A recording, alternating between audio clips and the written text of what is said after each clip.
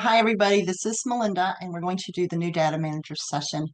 And as most of you know, this is an all-inclusive session, so you don't particularly have to be a new data manager to listen to this session because I do provide updates that have occurred over the year since we last did this presentation. But it is specifically directed for new data managers, but everybody's welcome to attend. So thanks all of you who are taking 2 hours out of your day to spend with me this afternoon. Oops, let's see. Okay, so I'm just trying to figure out how to make my slide move now. Oh, there we go. Okay, so what are we going to talk about today? We're going to talk about STS educational resources. We're going to look at how to read the data specs and the software specs. We're going to talk about the procedure ID chart, and we're going to identify the resources within the National Harvest Report. This is a pretty intense, full-packed webinar. It's 2 hours with lots of information. So a lot of this is high-level information because I have so much to cover. So let the games begin. And this is sometimes, you look at your desk and you feel like this is what's going on. Can't Congress see that we have data collection under control? So we're going to try to provide you guys with some resources so that you feel a little more in control of your data collection. Okay, so some of the main things that I'm going to highlight during this webinar is the STS website. That's your sts.org website. We're going to talk about the monthly webinars that we provide, the mentorship or have a friend program, advances in the quality outcomes conference, which we affectionately call AQO, the database newsletter, and the adult cardiac regional group. So I'm going to kind of highlight those things. So I want to start first with the sts.org National Database website because there's lots and lots of information on this. And as when you type sts.org in, it comes up and it looks like this. And you'll see that under the research and data tab, there's a specific section for data managers. Now, there are other ways you can get to this section. This is the way I like to get to it. I find that this is the easiest way. But as my mom always told me, there's a lot of ways to skin a cat. So you could probably get to it another way, but this is my way, and this is just how I'll show you for this particular webinar. I'd like to say STS does not condone skinning cats. That's an old Southern term. I'm sure. I think Pat Hobbs is on here, and Pat Hobbs would probably understand that terminology. No, as would Miss Honeycutt, who's a Southern belle too. And we don't condone killing birds with two birds with one stone. All right, okay. Sorry. So a little humor to start the day out with. All right. Okay. So when you click into that resources for data managers, the first thing you see, it says access the database. Well, that always confuses me a little bit because it's not really the database I'm expecting to get into. It's really access to IQVIA. So just keep that in mind. That first little access the database button is for IQVIA access. So if you want to get into IQVIA, that is the tab that you click on, and it'll take you right to the IQVIA page. So as we look through, as we're scrolling down in this data manager section, you're going to see a table of contents. You've got data manager guidance, the clinical question request form, the contact and support section, the essential forms and resources, the how-to videos, and the adult cardiac surgery database. And we're going to kind of go through each one of these sections today and highlight it. I like to tell a brief little story before I get started here. Some of you probably have heard this story several times, but for those of you who have not, I just want you to know that I too was once a new data manager, and I started in about 2005.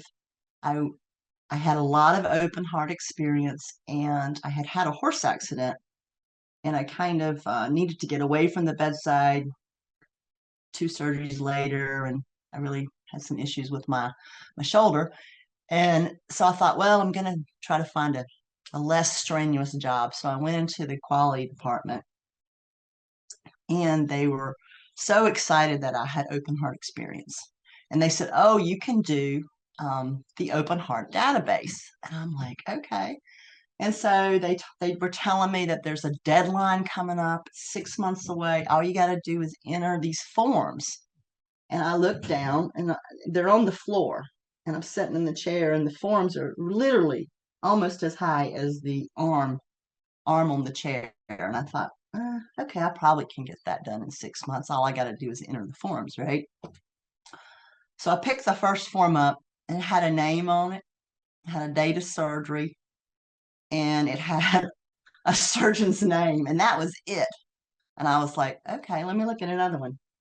Same thing. Another one, same thing. And I thought, oh my God, how am I going to get this done? And I'll tell you, I knew nothing about a training manual.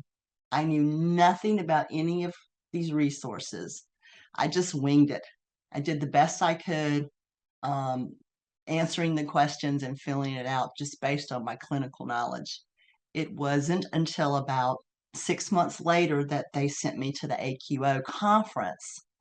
And then I actually realized there was a training manual. So, um, if any of you are in the same situation as I was when I first started, I feel your pain because I learned the hard way.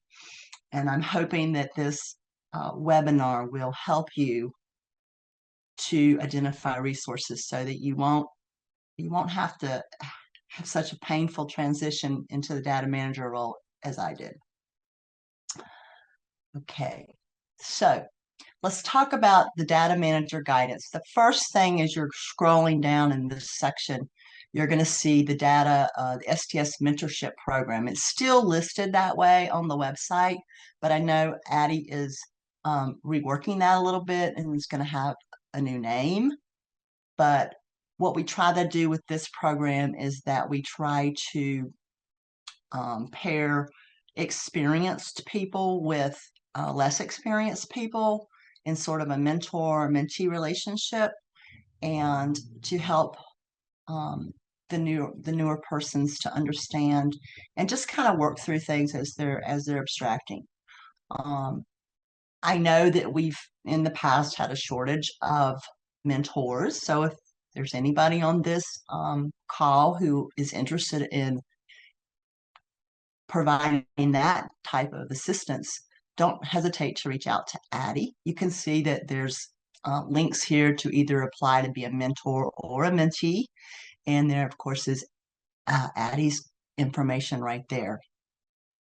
Addie, do you have anything to add to this program that I've missed?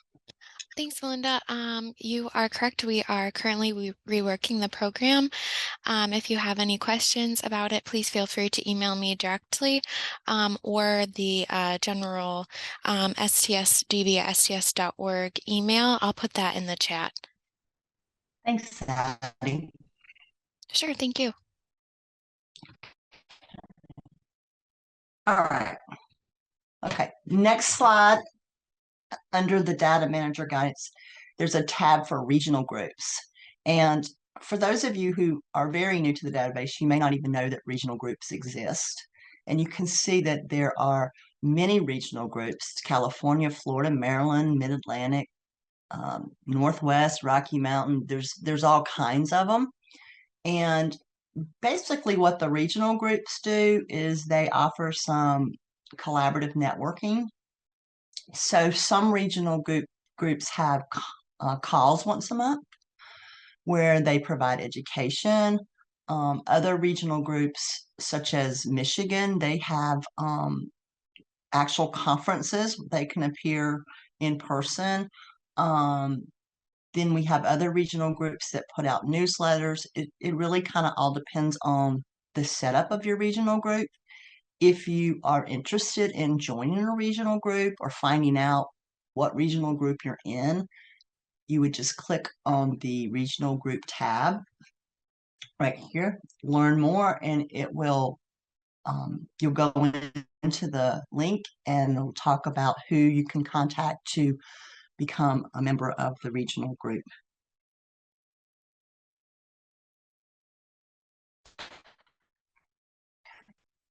The next tab as you go through the data manager guidance has to do with the STS National Database News. This is a bi-monthly e-newsletter. So you're going to get this via your email. Carol does a wonderful job of updating this newsletter.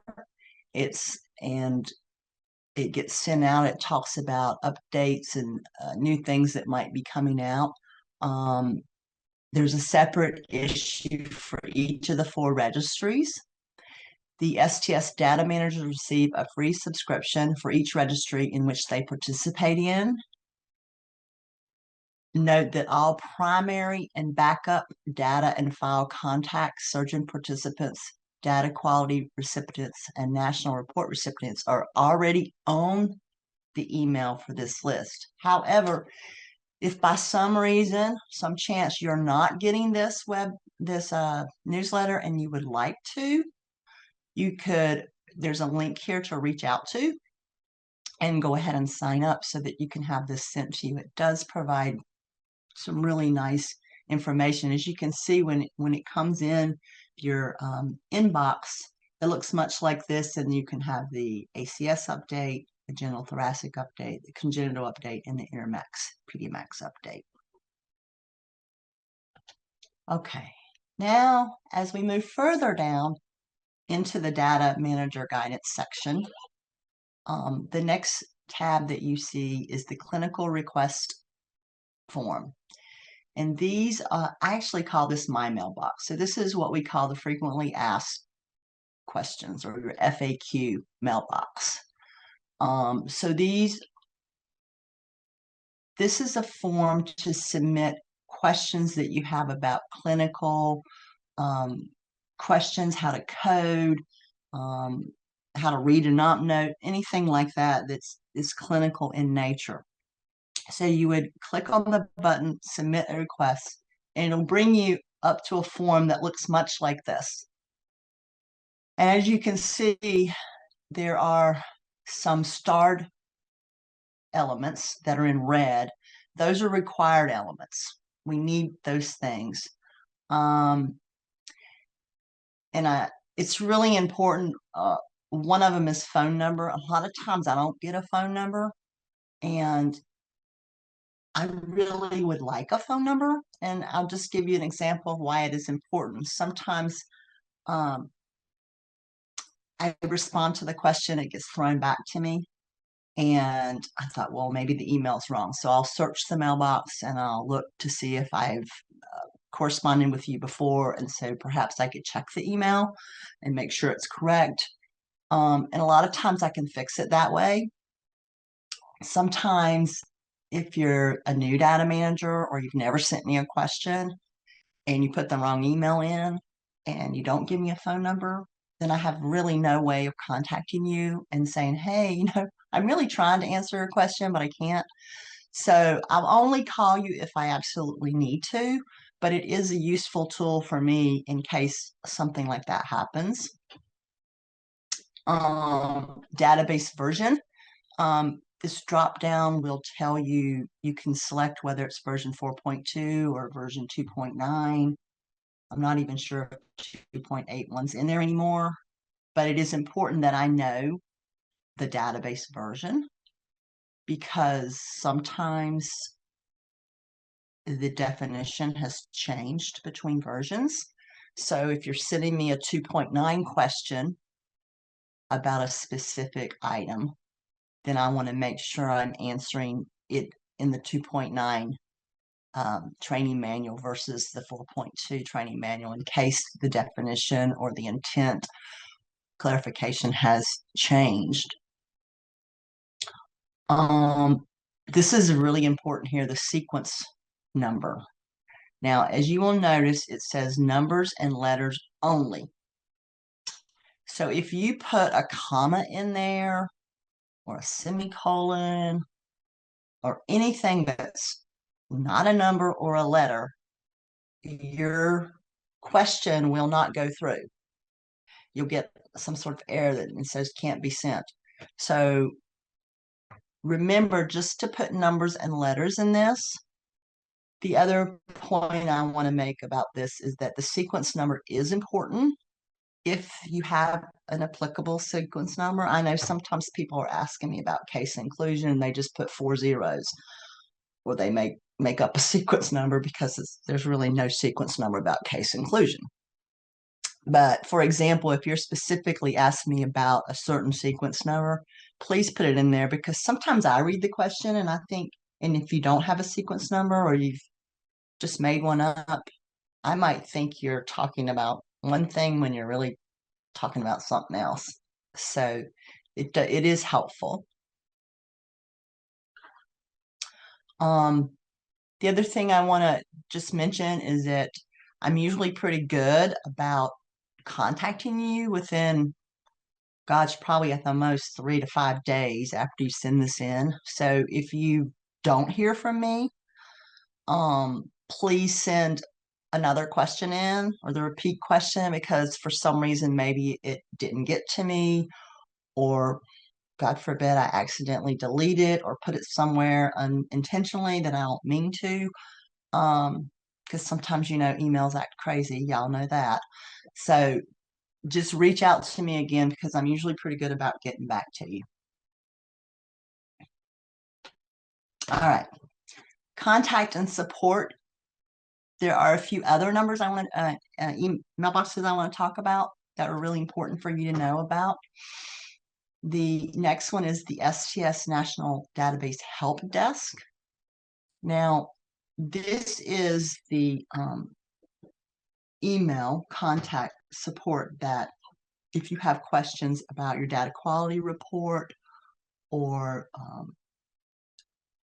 a submission, it won't go through, or you just, anything of that nature, data quality type nature, platform, IQVIA platform, or anything like that, start with the help desk. They, in turn, if it happens to be clinical and they need my assistance, they will send it over to me. And I do the same thing. If somebody sends me a question that's more of a help desk question, then I'll refer to the help desk too. So we try to work together to make sure that your questions get to the appropriate person. The last one of the next, or the STS National Database Staff Team. This is a mailbox.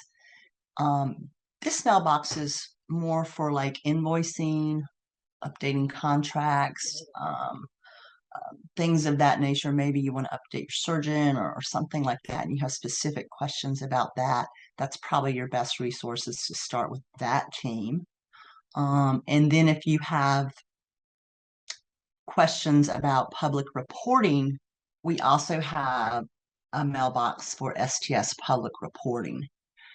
So I did want to point out the 4 different types of mailboxes and sort of what the role of each one of those is to help you better get to which mailbox you need to send your question to.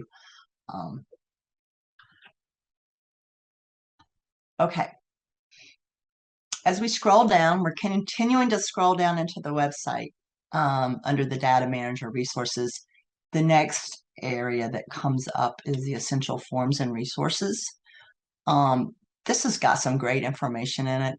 You've got your participant contact forms here, your role descriptions, your Schedule A, your Schedule B, database software and vendors. You've got information about the audit here.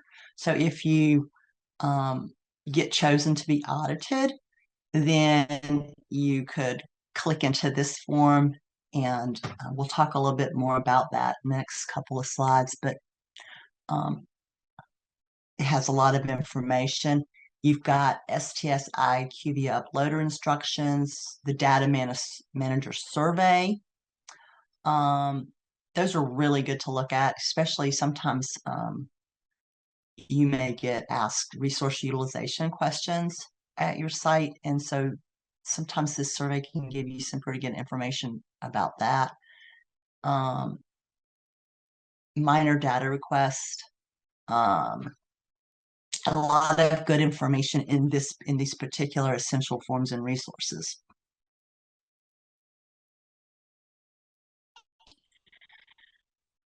I want to focus just a little bit on the audit to dive a little deeper into that section. So as you know, we have an audit every year.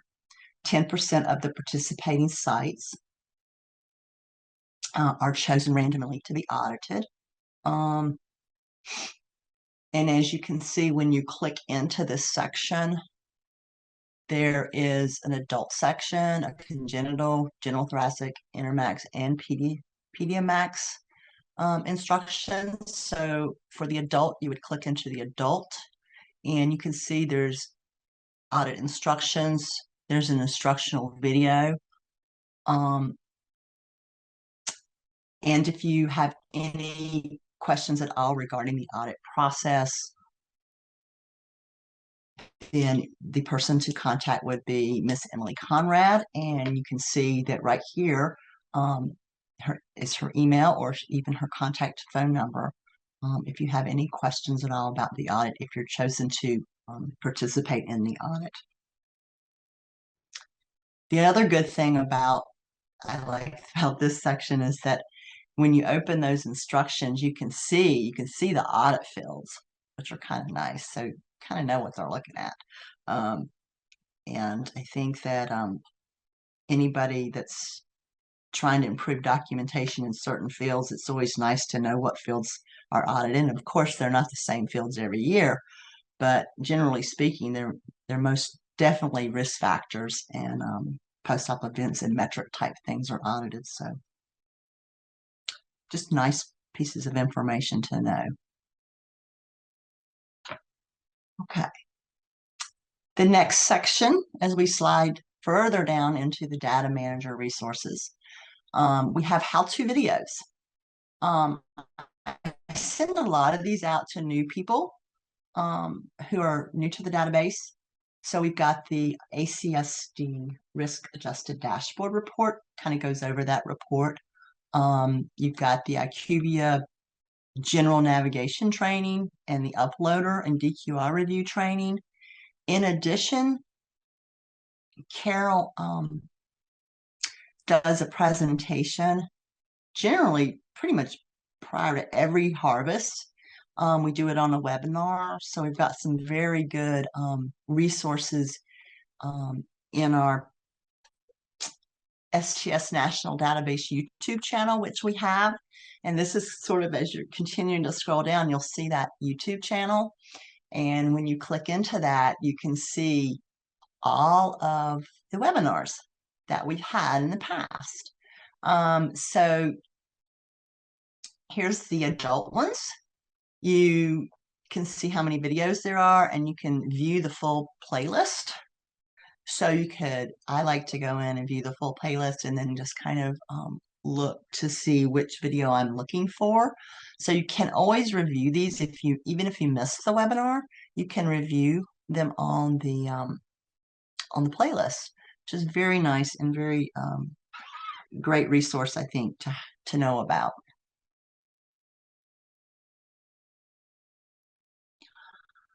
And then further down, it talks about our webinars. So we have 2 monthly webinars for adult cardiac surgery every month.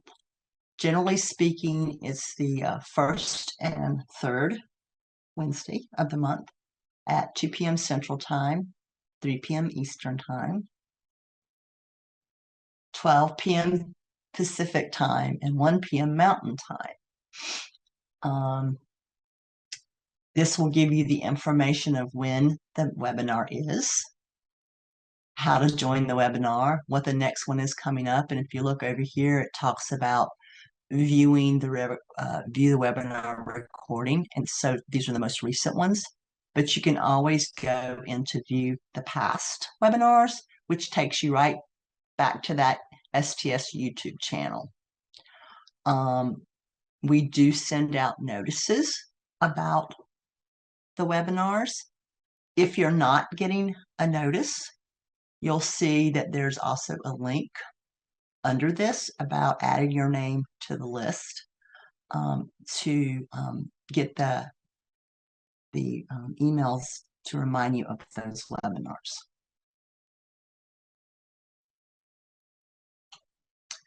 Okay.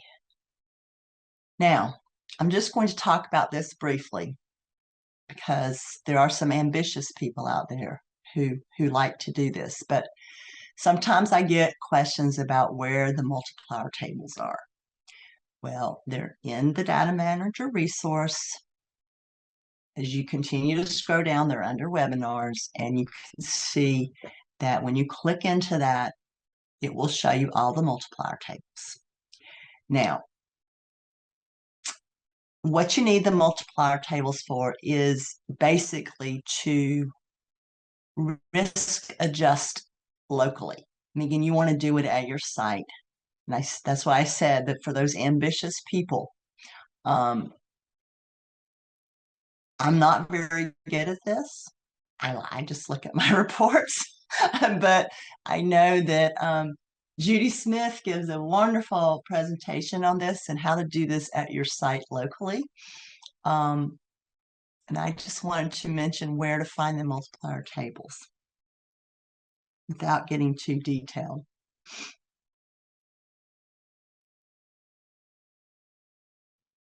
Okay.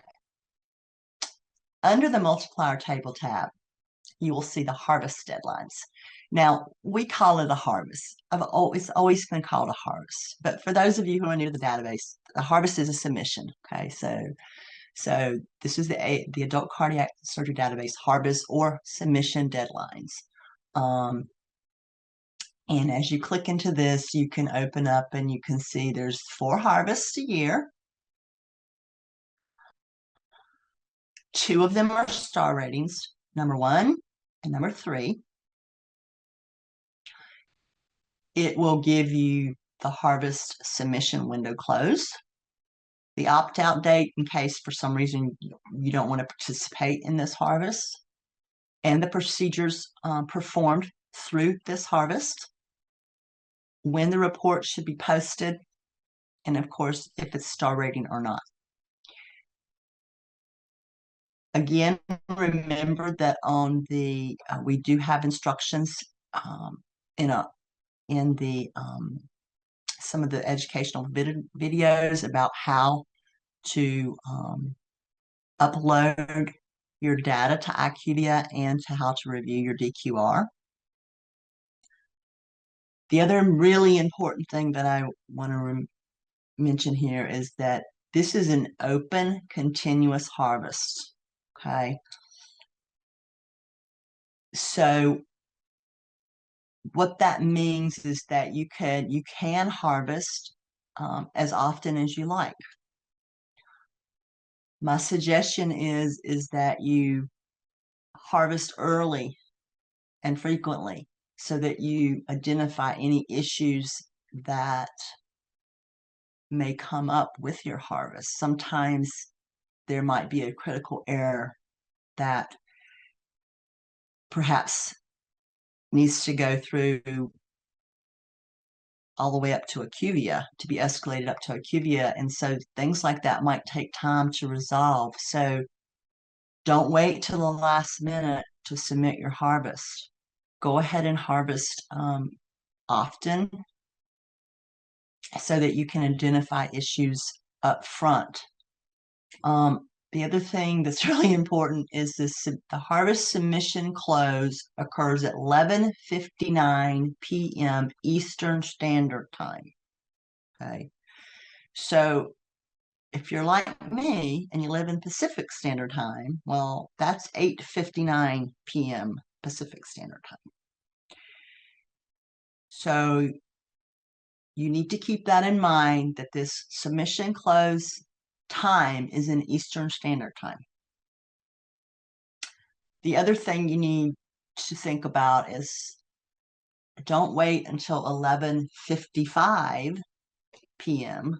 to submit, because perhaps it could be a slow submission and upload, and it may not get completed until after 11:59, and then your harvest does not get submitted. So the best thing here is, as I said, submit early and submit often. The other thing that happens with harvest is my mailbox explodes, probably starting about a month before harvest. The help desk mailbox explodes. So the sooner you do these things and identify your issues, the better it is for us to assist you in getting these things resolved so that you can get your harvest in on time.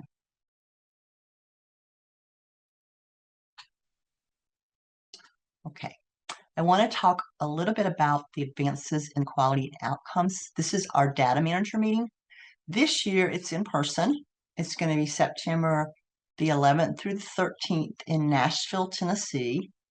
The adult day will be September the 12th. This is kind of a little harder to find, and it's really not, it's not under the research and data, it's under the education tab, and then under the calendar events. So if you're looking for the yearly conference for the database, then go under the education tab, calendar events, and then you'll see this, the AQO. It's a great opportunity for networking, especially when you're in person. It's also a great educational resource. Registration's open. And we're looking forward to meeting all of you there that are able to attend.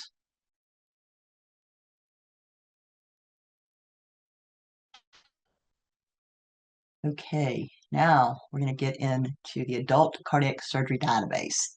This is a tab on the side. And this tab takes you to all, like, I call them the really good stuff, your data collection forms, your training manual, the data specs, the NQF document, the surgeon worksheets, and we're going to kind of go through all of that stuff that's included in this particular section.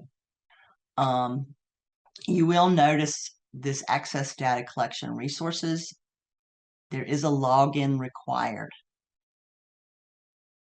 Now, lately, I've had problems with this login, and as some of you have because you send me questions about it, that it wants you to update your profile. What I've noticed is if I log in 2 times, eventually it'll take me there and I won't have to update my profile.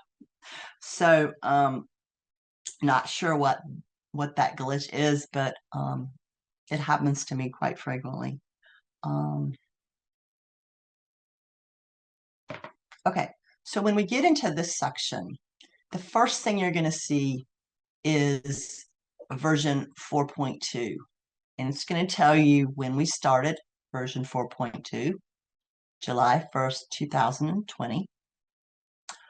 It's going to show you the training manual, and it says updated for June 2024. You'll see the training manual and you'll see the FAQ summary. So the training manual is updated every month.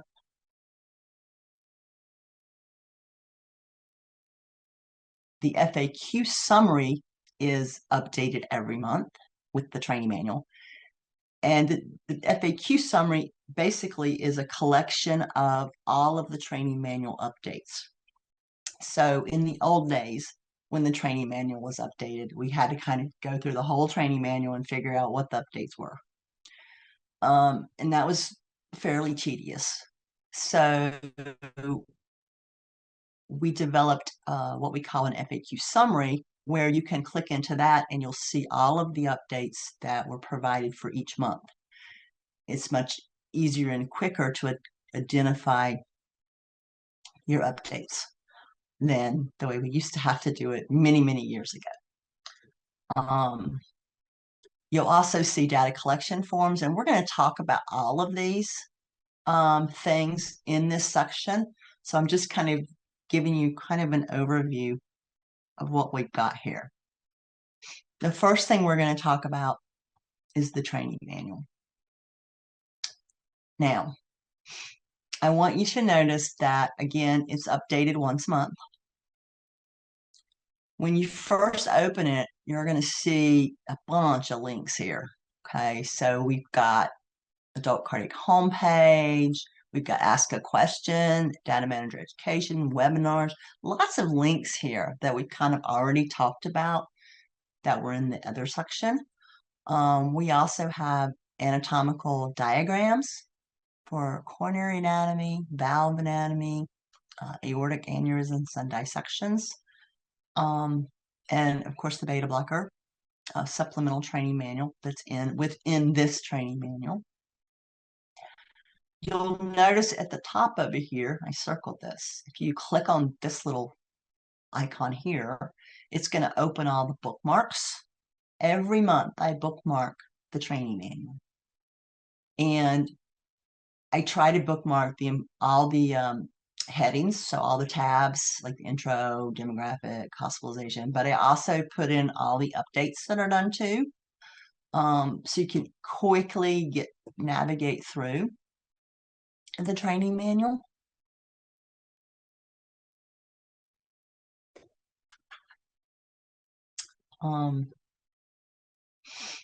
And I kind of already talked about this, about all the links that's on the first page. Just click right into them and it'll take you where you want to go.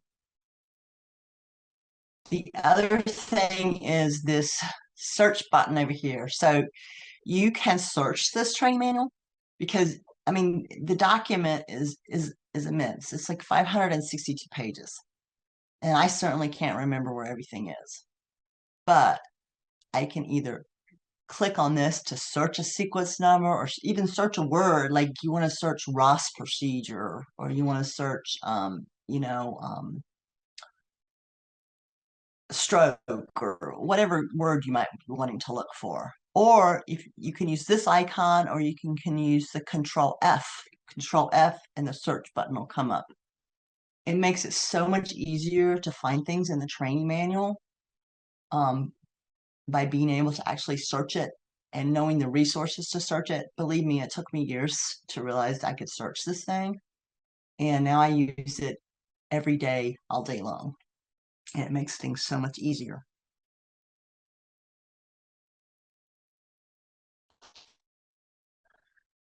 The other thing about the training manual, again, is we have different colors in here. We have the new updates in Carol Red and the older ones in green. And I call it Carol Red, although I really love it now. But Carol and I had a little discrepancy at the first about what red to use, but I really like her red now. It's the best red. It's not that angry red. No fists were flown, but we're almost there. But we agreed on Carol Red. Just kidding. I don't know why I don't like that other red. You know what? I don't like it anymore either. I'm so used to the Carol Red. It's so angry. I just use this red now. So you'll notice the new stuff's in Carol Red, and the green stuff is stuff that was a new update, but it's not a new update anymore. So it's in the green. And again, just to point out this FAQ summary, it's a running total and easily can identify everything that's done each month in your training manual. All right, moving on to data collection forms. Okay, so there's two data collection forms on the website. One is non-annotated and one is annotated.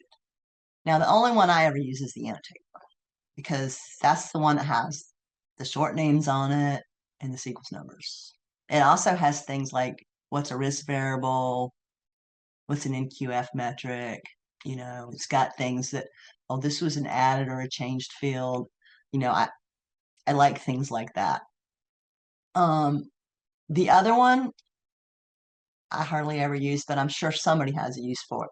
I shouldn't say that, but I only use the annotated one because I'm searching it with sequence numbers or short names, and I find this the most useful.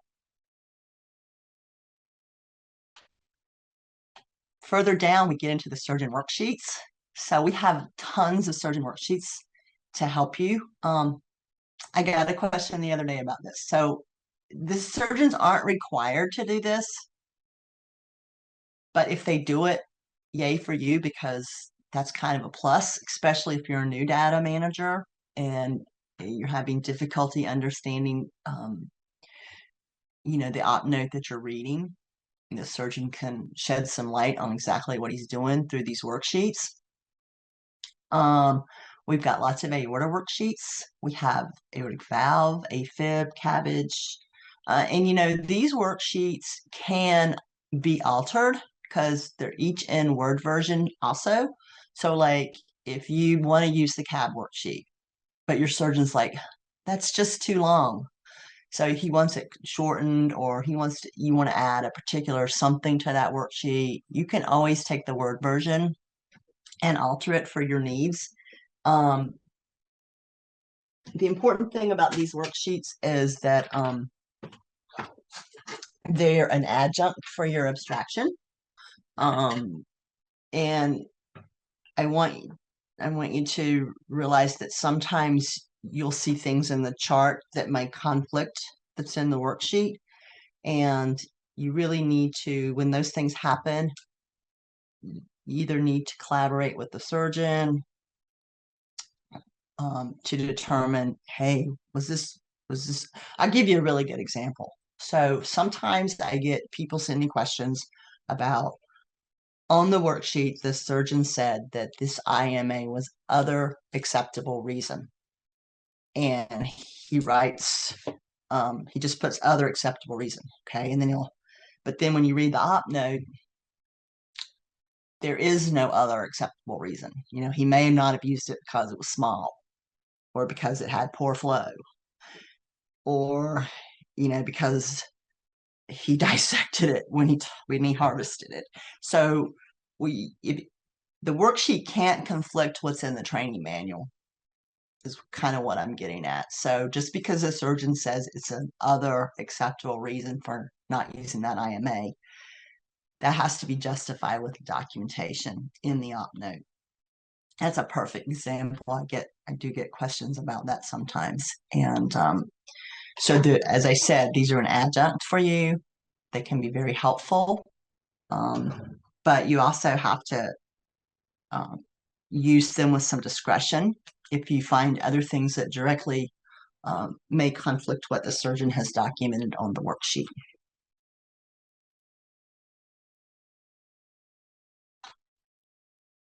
Okay, now we're going to go into some additional resources.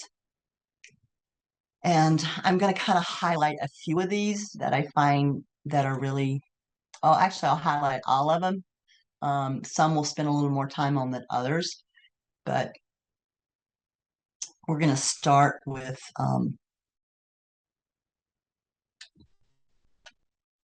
the software specification. Okay, so hardly anybody reads this, probably not, especially if you're a new data manager, because it's very long, but it has excellent information in it. So if you have time to read it, please do so, because it's got some really good information in it.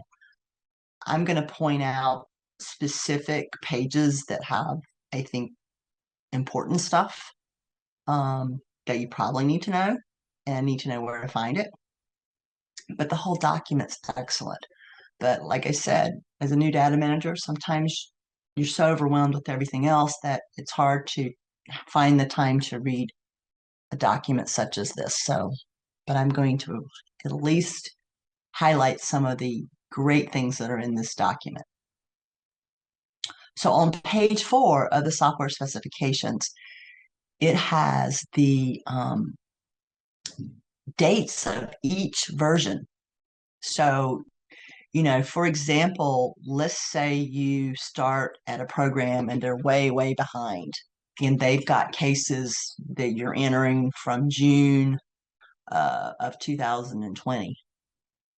Well, as you can see, that's a version 2.9. So you want to make sure you're entering in the right version. So this is why this resource is so excellent. So you'll know what version that case you're entering in is supposed to be going into.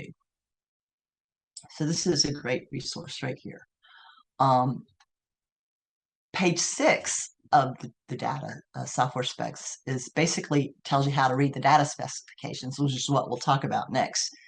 But it talks about the formats. It talks about integers. Those are values with no decimal points. It talks about real numbers, meaning it's a numeric value with 1 decimal point. It talks about what's a text value. That's basically a value that contain any alphanumeric characters. So this basically is telling you how to read the data specs. So that's pretty good information too. Page 11 talks about the record ID, what it is, how it's generated, what it looks like. So very good information so that you'll understand what that record ID is. It's a unique numeric value that identifies the record in the database, tells you how it's generated, and it gives you an example of what it looks like.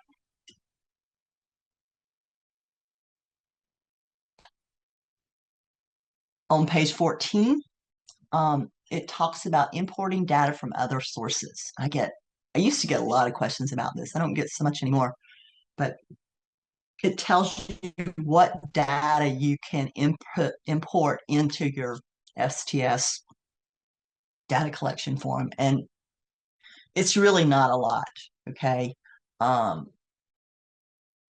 Basically, it's an ADT tool. You can import, names, addresses, things like that. And the list is right here, but it's not a lot of stuff. And the reason it's not a lot of stuff is because of, I think, of the data definitions, the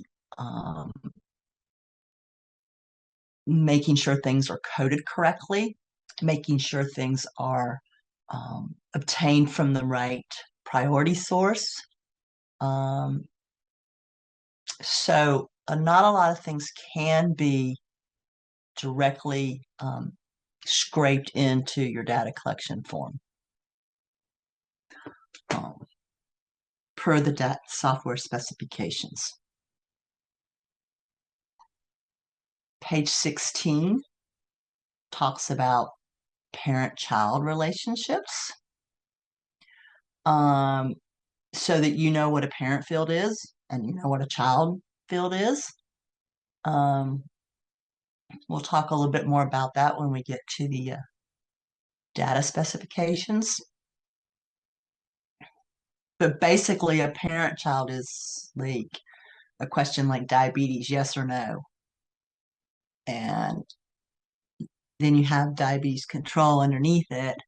So if you say yes to diabetes, then the child field, which is the type of control, opens up, meaning that's a parent-child relationship. If you say no to diabetes, then those fields below it, they won't even open up.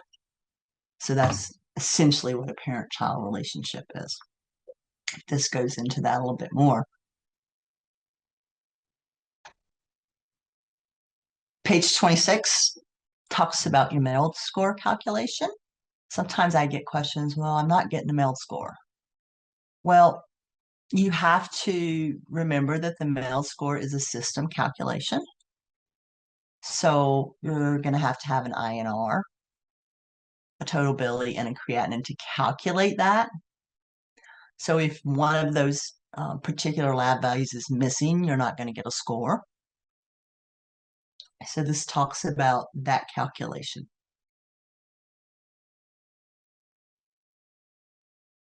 Page 27 talks about calculation of total post-op initial ventilation hours. This is an important thing. I do get questions about this sometimes.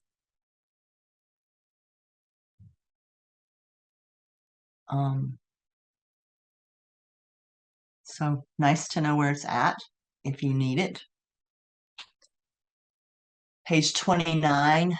Now, as you can see, this one has the short name and the sequence number by data version. So as you can see, for example, antibiotic discontinuation in 2.61 was sequence number 1347, but now it's sequence number 2290. So just to point out, the short names don't change. See, but the sequence numbers do. So what was antibiotic discontinuation in 2.61 sequence number is totally different from what it is now. So I did want to point that out. But if you're, especially if you're running queries from different versions, you may find this chart useful because you can see which sequence number it was in different versions.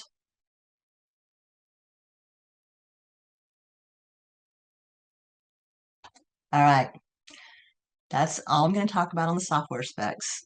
But again, I'll say it's got some very good information in it if you have the time to actually read it. It's got really good information in it. I'm just highlighting stuff. The next additional resource that I'm going to point out is the data specifications. Now, I do get quite a bit of questions about the data specifications, and it mainly has to do with low values and high values, and we're going to get to that and talk about that. So when you look at the data specifications, it gives you the long name. For example, we'll do dialysis. It gives you the short name. It tells you what section you're in, and it tells you the database table name, gives you the sequence number. It says if it's harvested, if it's a core harvest, yes. It gives you a brief definition here, the definition, okay. And it also gives you the data source and the format. It gives you harvest code. So if you answer yes, that's harvest code 1. If you answer 2, that's no, that's harvest code 2. And if you answer unknown, that's harvest code 3.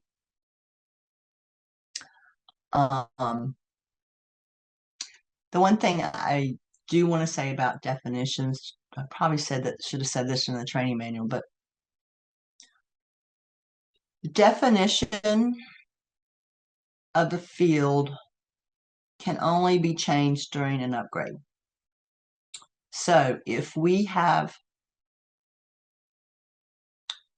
things that we need to add to that definition or we need to clarify about that definition, then it's in the intent clarification section in the training manual.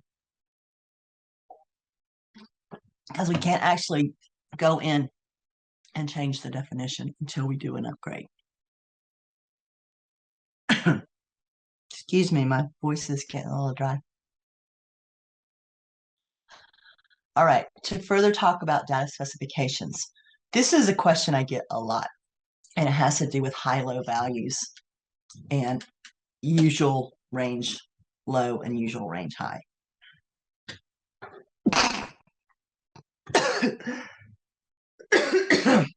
Excuse me.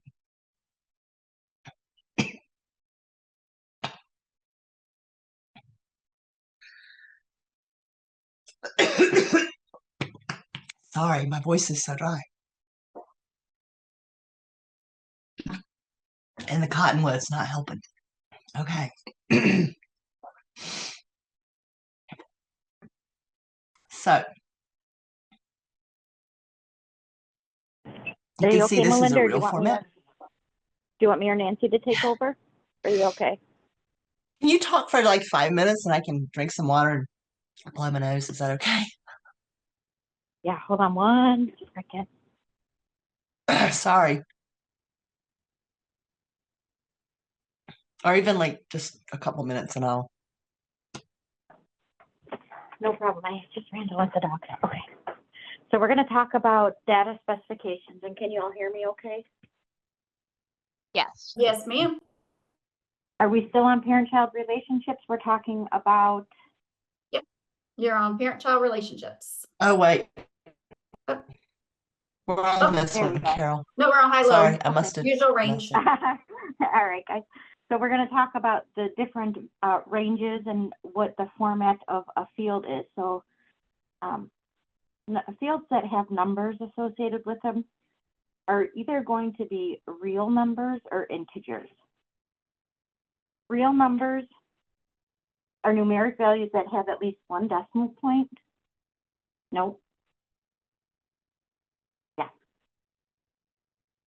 Okay. Real numbers are numeric values that have at least one decimal point. So the values that we see on this page, which are the INR values, you'll see a low value, a high value, and then the usual range low and the usual range high. This is for INR. So when you get an INR result back and you locate it within the labs in the EHR, you'll find a value and it's going to list it as, let's say it says 5.08 or something like that. That's an integer number or a real number, meaning that it can fall in between any of the integer numbers, which are based on usually in increments of like 5 or 10. So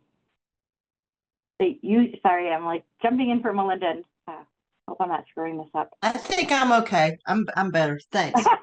I'm sorry. I tell you, Sorry. I took an allergy pill before this, hoping that this wouldn't be a problem, but I apologize. But I can explain this. I can explain this usual low, usual high, low value, and high value down at the bottom. You'll see these ranges. So the typical value of this INR value typically falls between 0.09 and 1.30. That's the usual range. That's going to be the usual range on your labs when you get them back. It'll say usual range. And sometimes, most times, cardiac surgery patients will fall outside of the usual range. They're either going to fall to the low side or to the high side. And those values are still acceptable values. They're just outside of what the usual value is considered normal for a patient. So for this example, you'll see that we have usual low and high. It's highlighted in green, the 0.09 to 1.30. And then you see the low value of 0.5 and the high value of 30.00. This is a very wide range, but any value that falls between the 0.5 or the 30.00 is acceptable into the database. If you have a patient whose value falls either on either side of the low value or high value, they're unacceptable values. So the STS database, we won't be able to accept those values in. So you have to code it as either the, if you have a value of 0.4, you need to code it as a value of 0.5, because if you go to code it as 0.4, you're going to get a critical error. It won't allow that value to be entered in. So you have to code it as 0.5. Same thing if you get a value greater than 30.00. If you get a value of 32.00, you have to code 30.00. The reason this is the way the risk models were built. When we do analytics, we apply risk models. I'm not sure if, I don't believe Melinda has talked quite yet about those. The risk models function very well when we have low and high values, when we have a range that cuts off what's allowed into the database.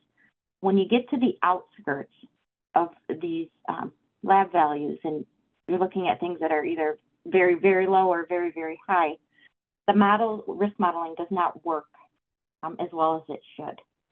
So it automatically, it will cause the data to not accurately reflect the risk that the patient is going into.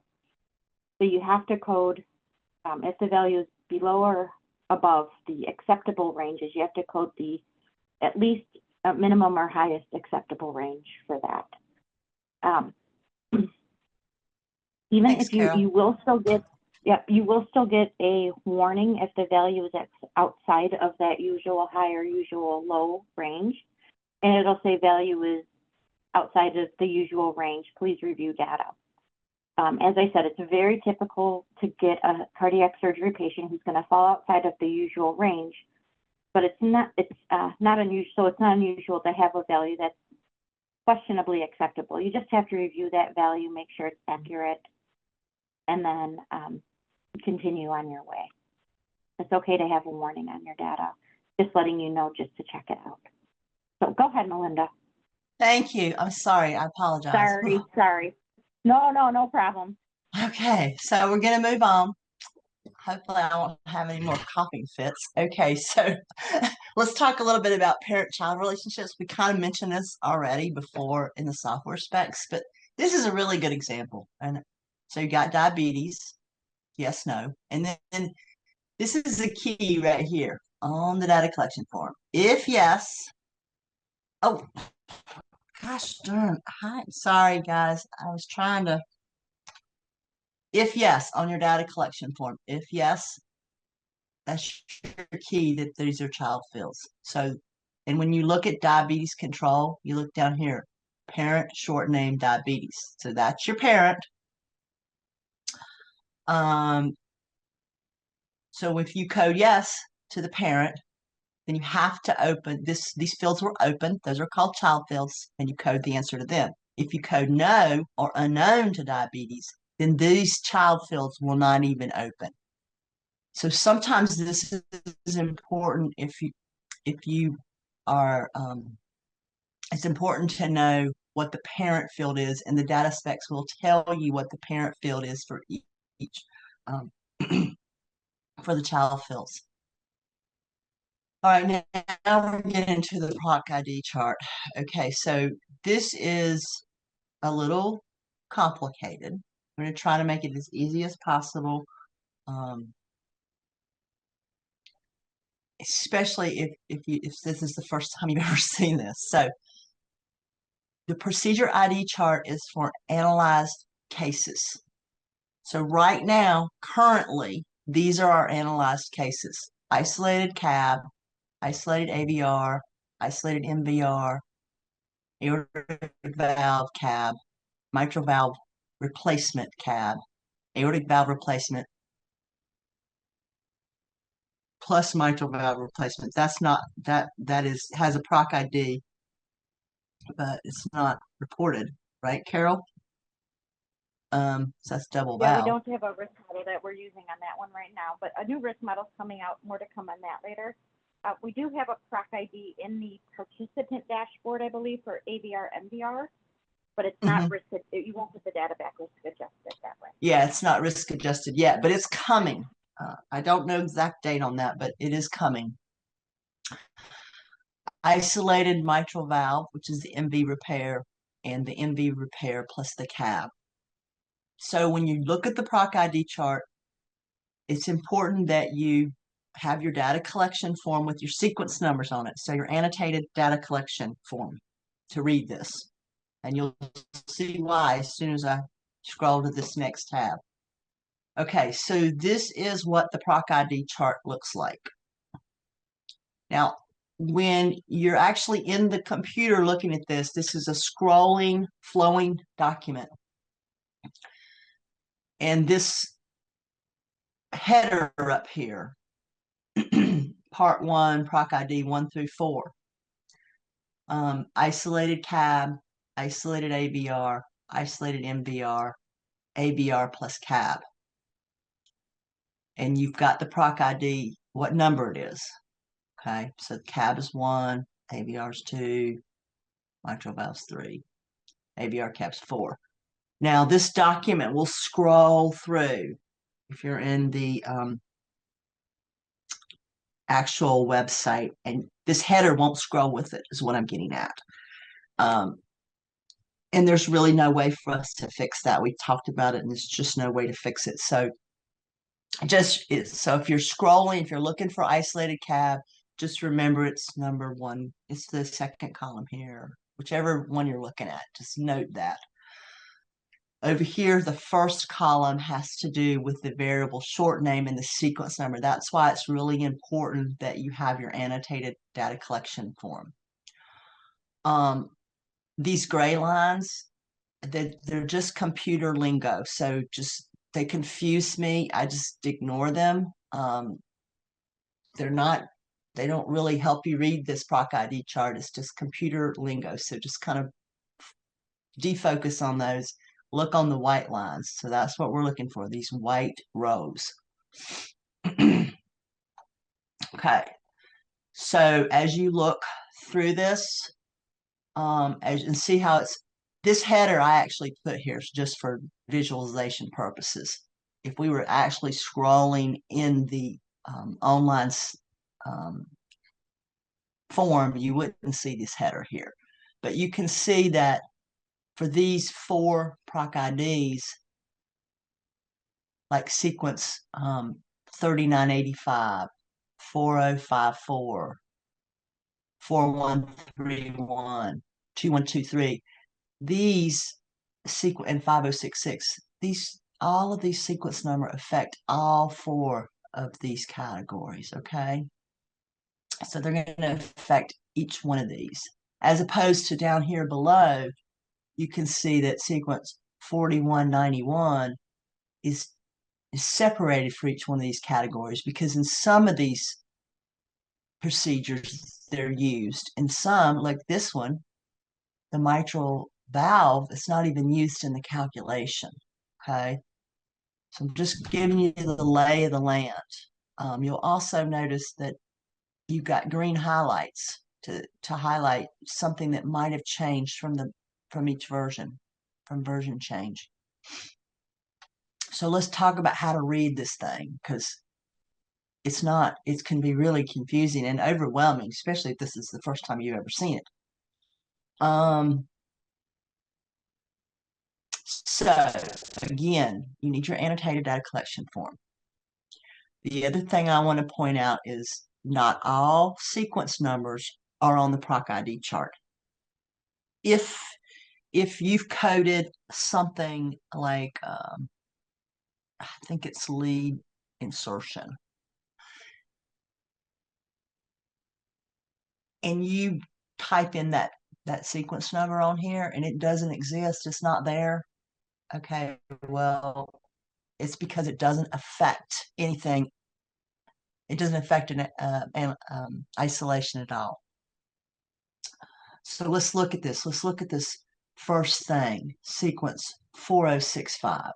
Okay, so this is your lead extraction, if I'm not mistaken.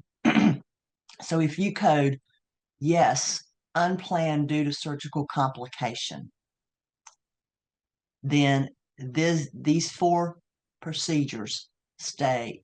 That doesn't affect their isolation at all. If you code no, it doesn't affect their isolation.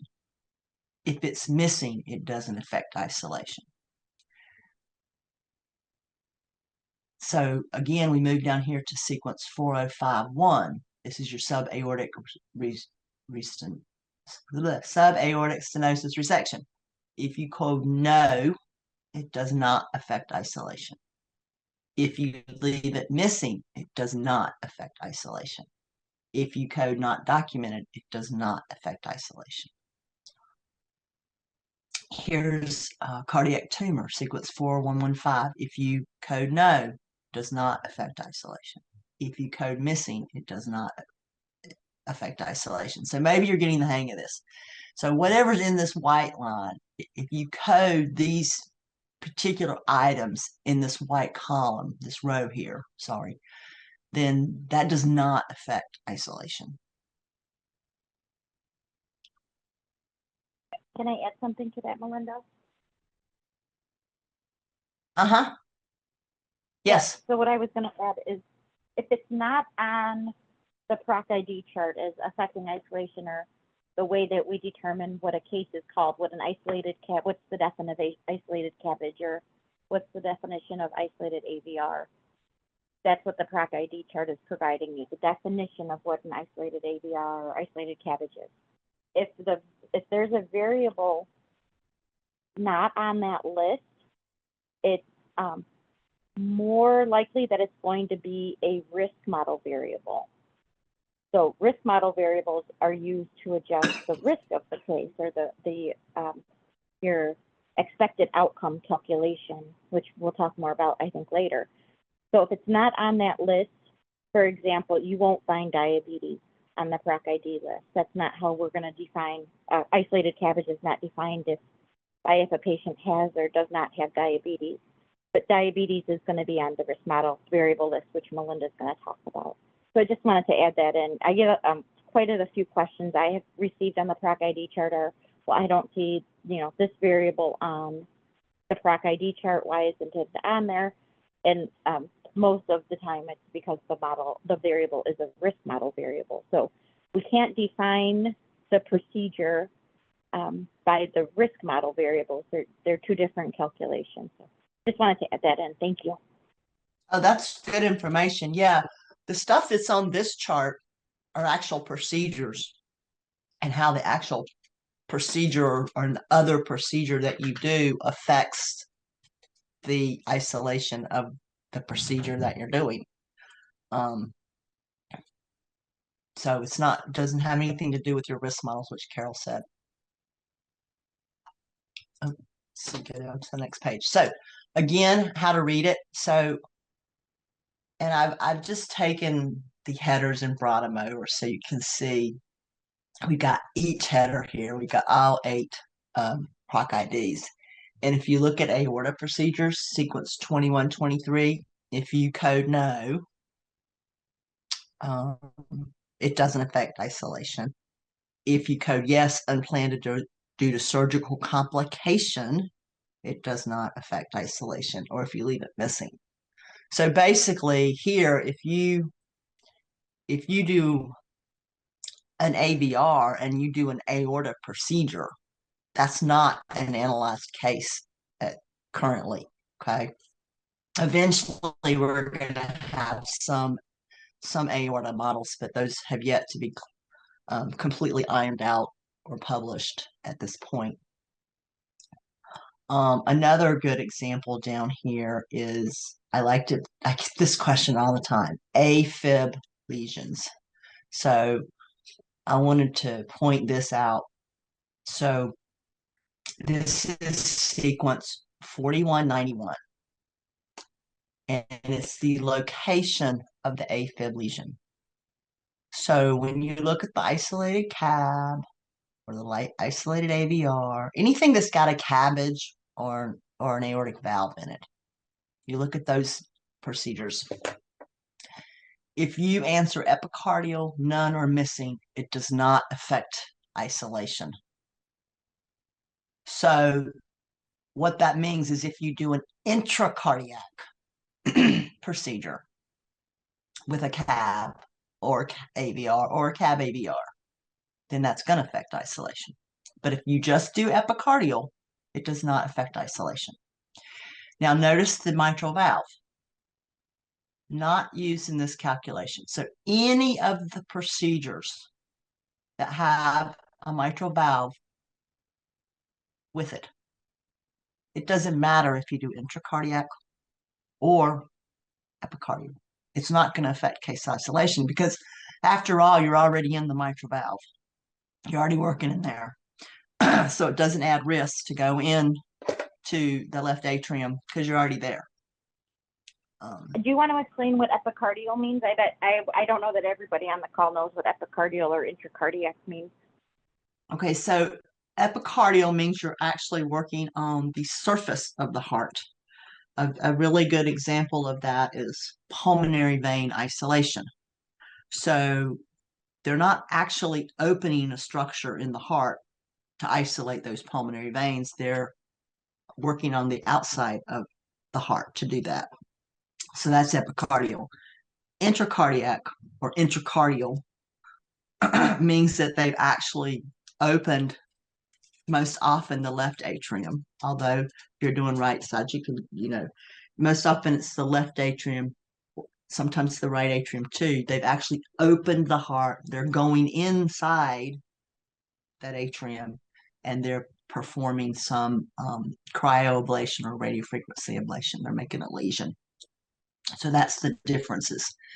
And as I mentioned before, the mitral valves, you're already in that left atrium. So it doesn't matter. It's not going to increase any risk to that patient if you open up the left atrium and cryoablate it, because you're already in there doing the repair. So that's why it's not used in the calculation. Thank you, ma'am. Okay, so another thing, huh? Hello? Did you say something? Yeah, I said thank you. Thanks for explaining that. Oh, you're welcome. The next thing I want to point out about this PROC ID chart, because I get questions about this a lot, is tricuspid procedures. So if you look at your mitral procedures, all 4 of them that we have PROC IDs for, if you do a tricuspid repair, it does not affect case isolation at all. Okay. So sometimes I have people say, well, they did a CAB plus a tricuspid repair and a mitral valve replacement. But they want to know why it's showing up as a CAB mitral valve. It's showing up as a CAB mitral valve because the tricuspid repair does not affect case isolation. You can see that by looking here on this chart. If it's a repair, it does not affect isolation in any of the mitral categories. Another little thing just to point out that's important about this chart. I want to point out another thing has to do with VADs. Okay. And VADs affect all of the categories. That's why it's really important to make sure that you're coding VADs correctly. And what I mean by that is you're not encoding Impellas as VADs, because an Impella of any sort, doesn't matter what kind it is to be coded as a temporary assist device. It's not to be coded as a VAD, because as you notice, when you code a VAD as yes during the procedure, if you have a planned VAD, you're going to put a VAD in, it's going to affect case isolation. Okay. It doesn't affect case isolation if it's not during, of course, not during the procedure, or no, we're missing, or if it's put in pre-op, or if it's unplanned, or if it's post-op. But if you're going to a procedure where they're planning to put in a real VAD and do a CABG or whatever procedure it is, it's going to affect isolation. So please remember that Impellas are not to be coded as VADs. They're coded as temporary assist devices. Wanted to throw that out there. Okay, so we'll just do a couple little scenarios just to make sure that and I did a whole presentation on this last year at AQO, and Carol's done a couple presentations on webinars. So this is just a brief overview, and send me, if you have any questions, let me know. So the patient has an AVR with a Nix annular enlargement, which I've coded in sequence 3460. Is the AVR an isolated AVR, or is it an AVR plus other? I can't find sequence 3460 on the PROC ID chart. Okay, well, that's a clue right there. If it's not on the PROC ID chart, it does not affect case isolation. So, of course, the answer is it's an isolated AVR, because sequence 3460 is not even on the PROC ID chart, so it's not going to affect isolation at all. So that's an isolated AVR. Number 2, patient has a CAB MVR with an intracardiac maze, which I've coded in sequence 4191. Is this an isolated CAB MVR or is it an MVR plus other? So we look down here, sequence 4191, which is what you've coded, and you've coded as intracardiac. You'll notice that this is a mitral procedure and it's not used at all, meaning it does not affect case isolation. So this is an isolated CAB MVR. All right, let's get on to the risk model because I see it's 122 and I'm gonna really have to speed up. I'm sorry about my coughing fit. That slowed me down a little bit. So let's talk a little bit about the risk model. It's a resource that we have. It shows you exactly what variables are in each risk model. It's important to know what variables are in each risk model, especially if you want to improve your risk-adjusted scores. Perhaps it has to do with documentation of not accurately documenting the risk adjustment factors very well. If you look here, this is what it looks like. I'm going to scroll through this fairly quickly, but this is the CAB, just the CAB one. It's talking about what's involved in each model here. So your operative mortality model, your stroke, your renal failure, you can see all right here. And you go down on the side, and these are the variables that are included.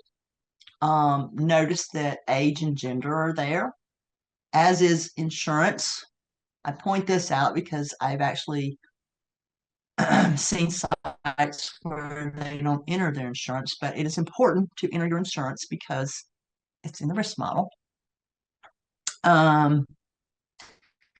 Something else that is in the risk model is alcohol.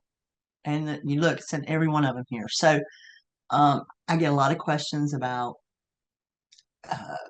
people not coding, not documenting alcohol very well, or they don't know how much it is, or work on that process because it's important to know how much alcohol somebody drinks,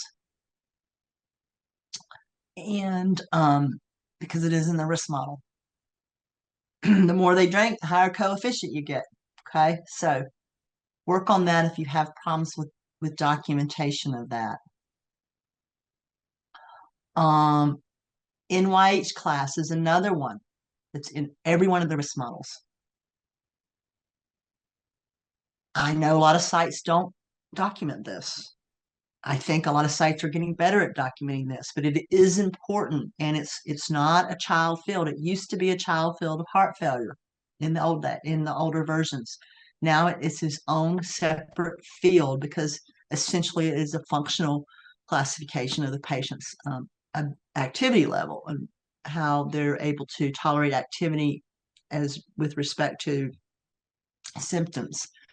So if your surgeons aren't documenting this, work with them to get them to document it because it's in the risk model. Every little bit helps, I say, in the risk model.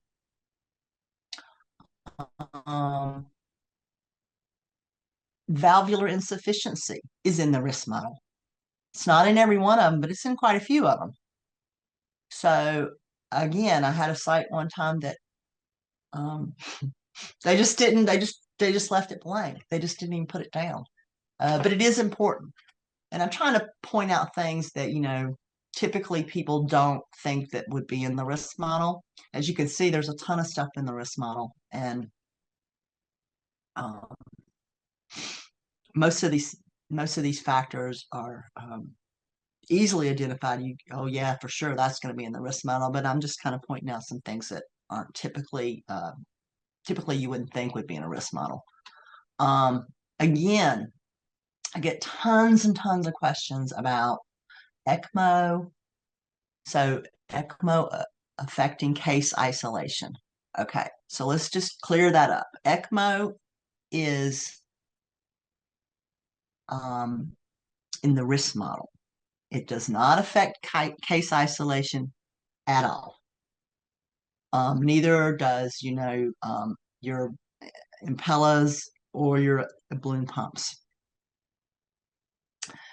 The important thing about your balloon pumps and your catheter assist devices and your ECMO is when they were put in.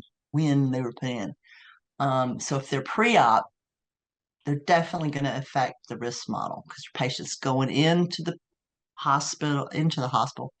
OR with that device in place. So the risk is higher. And when I say pre-op, I mean entering the OR with that device in place.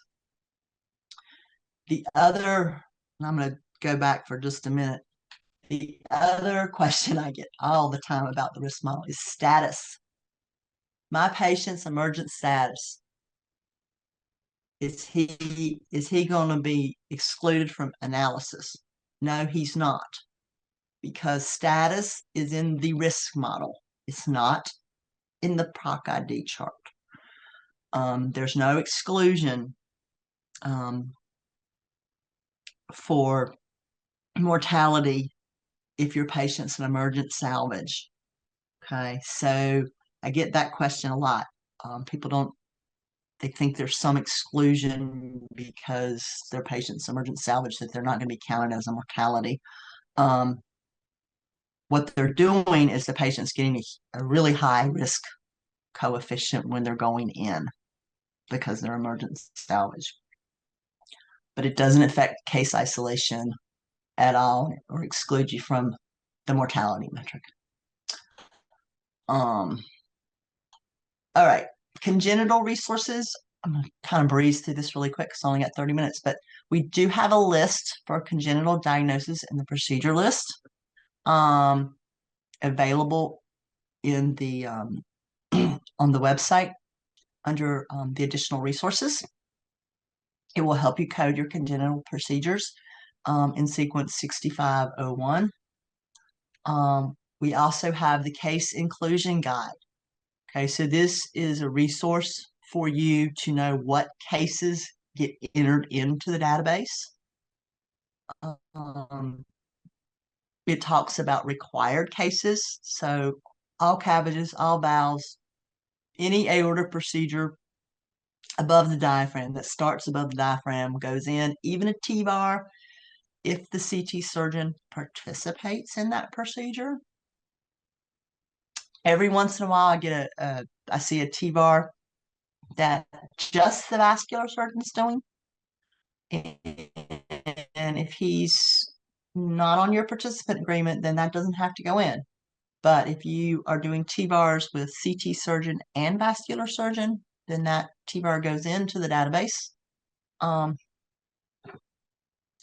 So this is available if you need it. And if you can't find what you're looking for, you can send me a question to the FAQ mailbox about procedure inclusion. Most typical question is TAVRs. TAVRs are not required to be entered into our database. They are optional. They are required to be entered into the NCDR database. That's probably one of the most common questions I get about particular cases. Okay, another additional resource is the NQF measures, although I think we're going to recall that, we're going to rename that as to like outcome measures or process outcome measures, because the NQF really, I think that organization doesn't, I don't know, doesn't exist anymore, right, Carol? Or something. I think they still exist, but CMS doesn't have a contract with them anymore for their process and outcomes measure. They contracted with a new company called MITRE, which, we're working through the process with them now. Right. And so we're actually gonna call that something else eventually, but right now it's called the NQF measures. But this is your process measures, your pre-op beta blocker therapy, your use of your IMA, your antiplatelet discharge beta blocker. You also got all your outcome measures or metrics, your renal failure, your mortality, your prolonged vent. The thing I like about this document is that it gives you the title, it gives you the description, it gives you the numerator, which is really important, so you know who's in this metric. And most of these are isolated CAB only. But you read each one specifically. I say most of them are isolated CAB. Some of them might be the valves, or some might be for the antibiotic ones. Those are all cardiac surgeries. it gives you the denominator. And the real important thing, I think, is the exclusions. So it talks about cases that may be excluded from this measure and why they are excluded from this measure. So it's an extremely, I think, valuable document to be familiar with. Okay, we're going to buzz through IQVIA. So let's talk about the IQVIA library. So now we're going into the IQVIA platform. I'm not an expert on this, but I'm going to point out some things that I think are handy, might be useful. Carol will be doing a presentation at AQO this year about that. As again, she also does many presentations throughout the year about reading your reports and cleaning up your harvest. And Heather Holmaker did a really good presentation last year at AQO about this on demand. So we do have a lot of resources out there. Melinda's just going to give you her quick high-level overview. So the IQVIA library is an important resource, especially this adult cardiac surgery database national report analysis overview, which we're working on updating right now, adding some more information to that. And I don't know when we'll have that done, but we are working on updating that. Of course, you've got the link to the multiplier tables now that you know what those are. And you've got database collection resources, you've got direct data entry, FAQ. So you've got some really interesting little things here in the library. You've got all your errors and warnings. You have your end of the harvest review checklist. So please feel free to look at the IQVIA library. The one I use most often in this library, of course, is this report analysis, because I get all kinds of questions about star rating and things like that. And that is a very good resource for understanding star ratings. And we're going to point out a few of those things as we go on. So again, the National Report Analysis Overview, it's got reporting levels, your participants region, it's got an overview of risk-adjusted results, it's got your model endpoints, it goes over how you handle missing data, OE, ratio interpretation, star ratings, and NQF. So this is, like I said, it's an excellent resource. And if you don't have it downloaded or easily available, you probably should, because it's something I use almost every day, especially if you're looking at reports and trying to understand them. Okay, so I'm going to just point out some important things about handling. We're going to talk about handling missing data. Okay, and Carol kind of already touched on this before, a little bit about the risk models and how sometimes they handle data. But first of all, age is the only required variable for all models. Okay, so if you don't have an age, then you're not going to have a risk calculated. So that's the only required variable.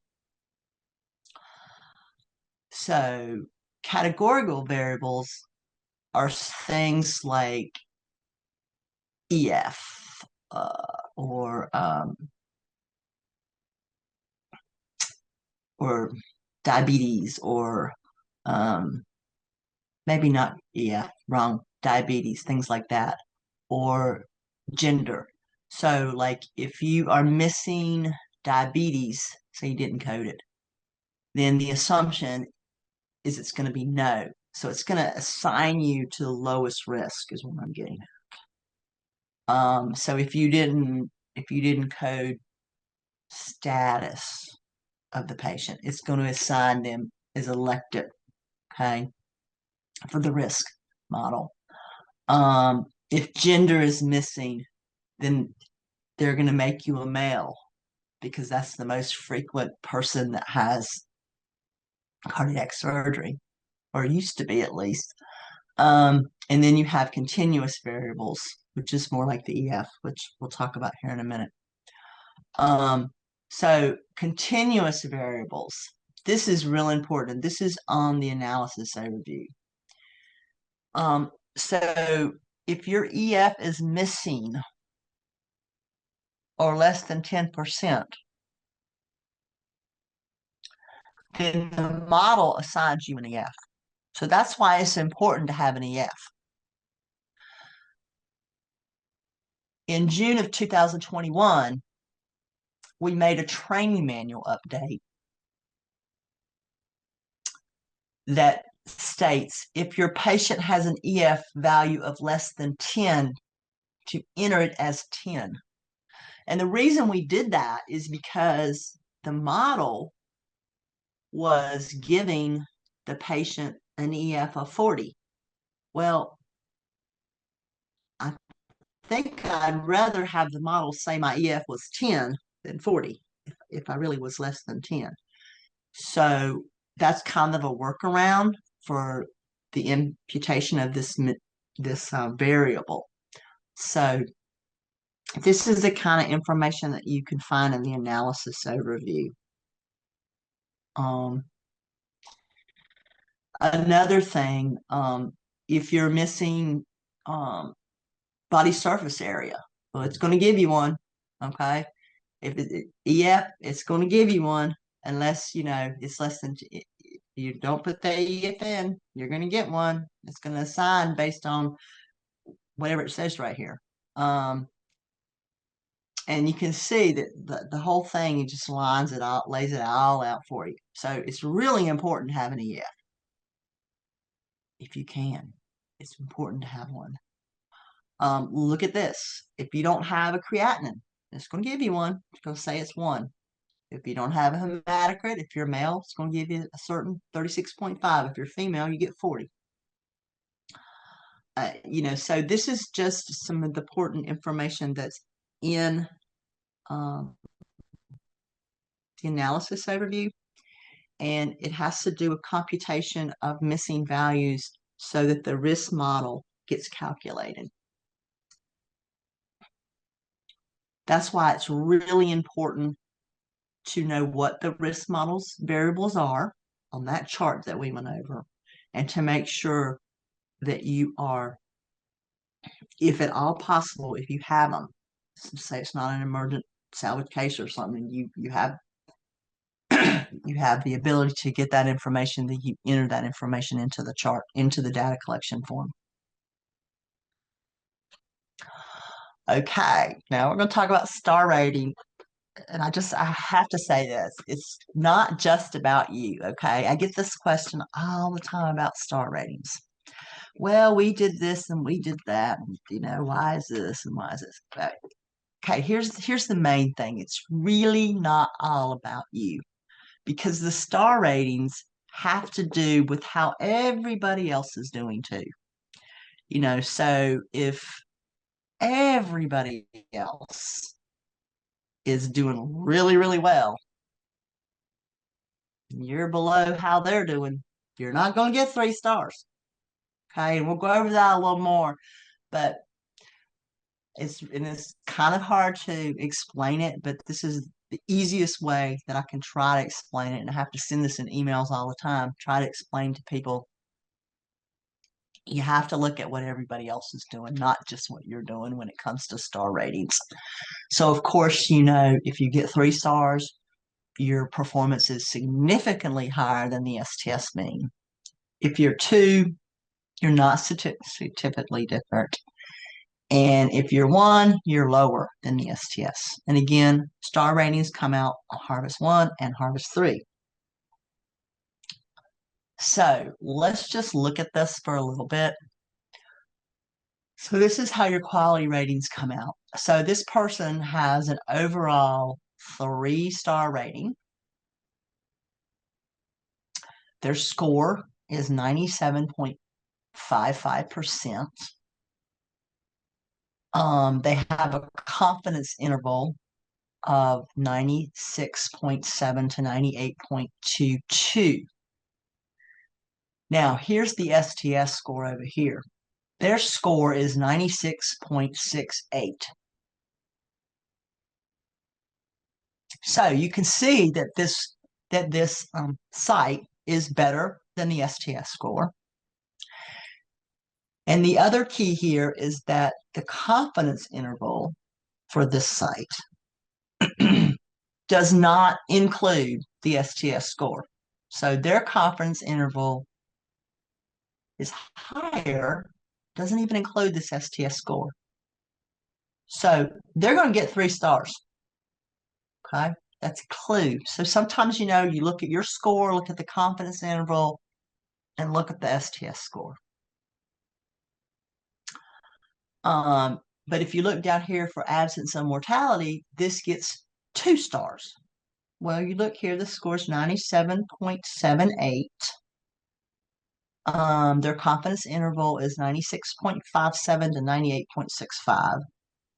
The STS score is 97.42. So they're not that different from the STS. In addition, the STS score is in their confidence interval. So that's going to be a 2-star rating right there. And I don't have an example of a 1-star to show you, but you kind of get the idea of how this works. So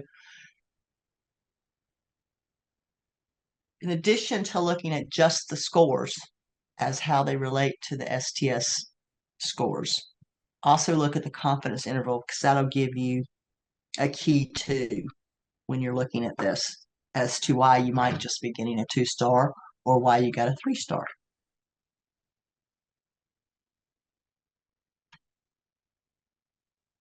Okay, the other really important thing is about data completeness requirements. This is all in the analysis overview and how that affects your star rating. So there's really, and we're talking about isolated cabs right now in particular for the first green section.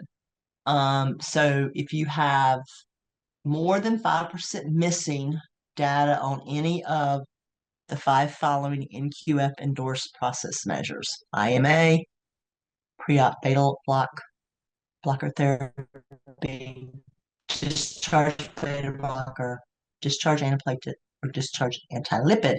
More than 5% missing, you're at risk of losing your star rating. And that's 5% missing per year. Okay. And you can see the examples of the years down here. Okay. So the other important thing is mortality. So if you have higher than 2% missing mortality or unknown mortality, because unknown counts as missing, per year, you're not going to get a star rating.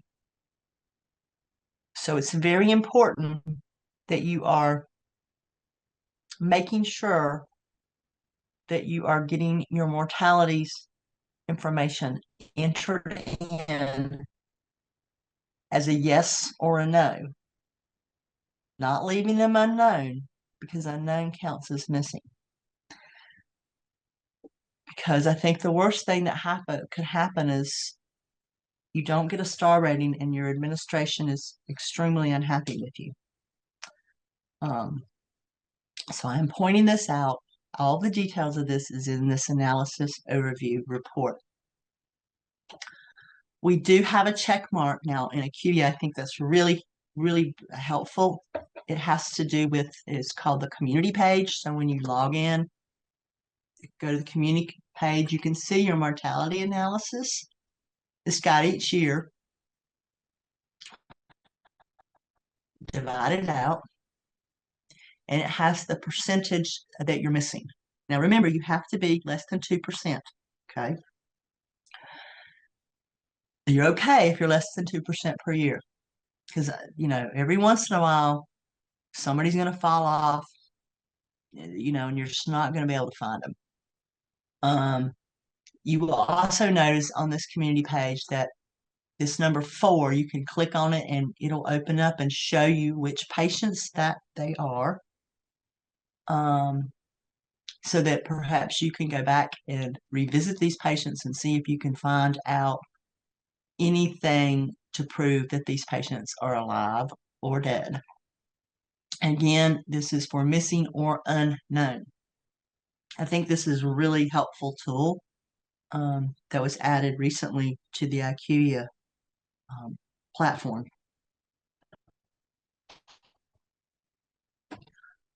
Okay, we got about 10 minutes. We're going to talk about OEs and ORs, and we're going to do the down and dirty version of this, okay?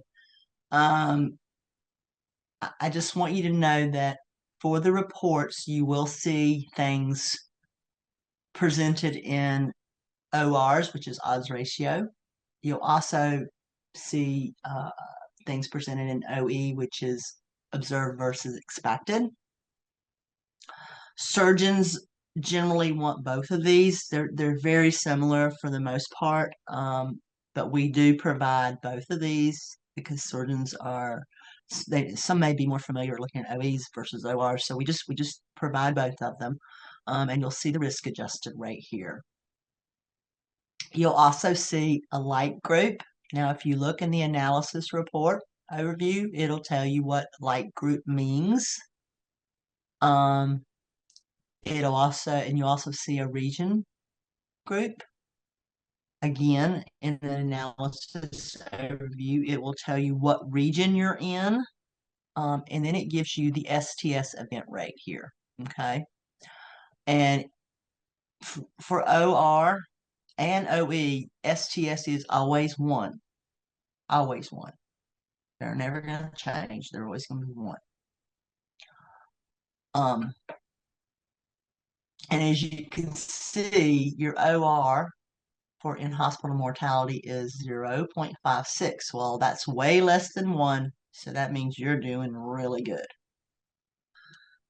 Your OE is 0.3, so they're a little bit different, but same concept. You are less than the STS rate, which is 1, and they're always 1.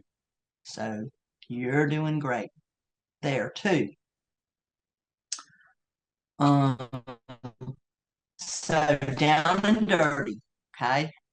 If your OE or OR ratio is greater than 1, then you're not doing as well as you should be. Because STS is always 1, so just think of that. That's the mean, the average, whatever. That's the STS mean. The ST is 1, so if you're over 1, you got a little work to do. If you're less than 1, you're doing better than the STS. Okay. So good for you. That's great. Woohoo! You want to be less than 1 for these ratios, OEs or ORs. If you are 1, then you're just doing exactly the same as the STS, and that's okay too. Okay.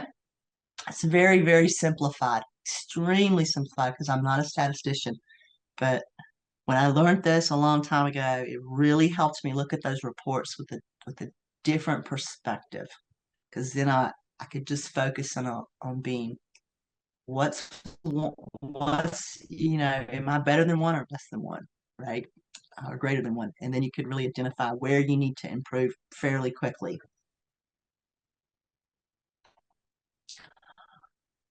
Risk adjusted rates, I mean, it's essentially the same.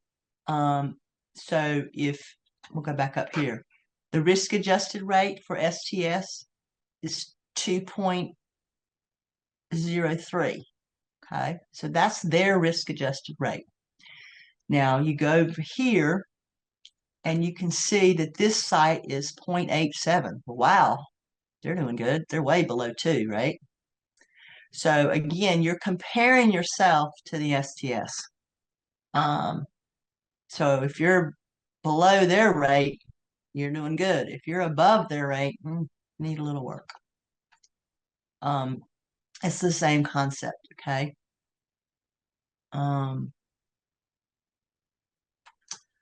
Quality rating details.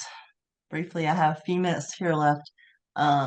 This is an IQVIA, and you can see that It talks about all the quality domains that we have, and it talks about, it shows you over here, you've got mortality 7. Well, you can click on that and it'll take you to those cases.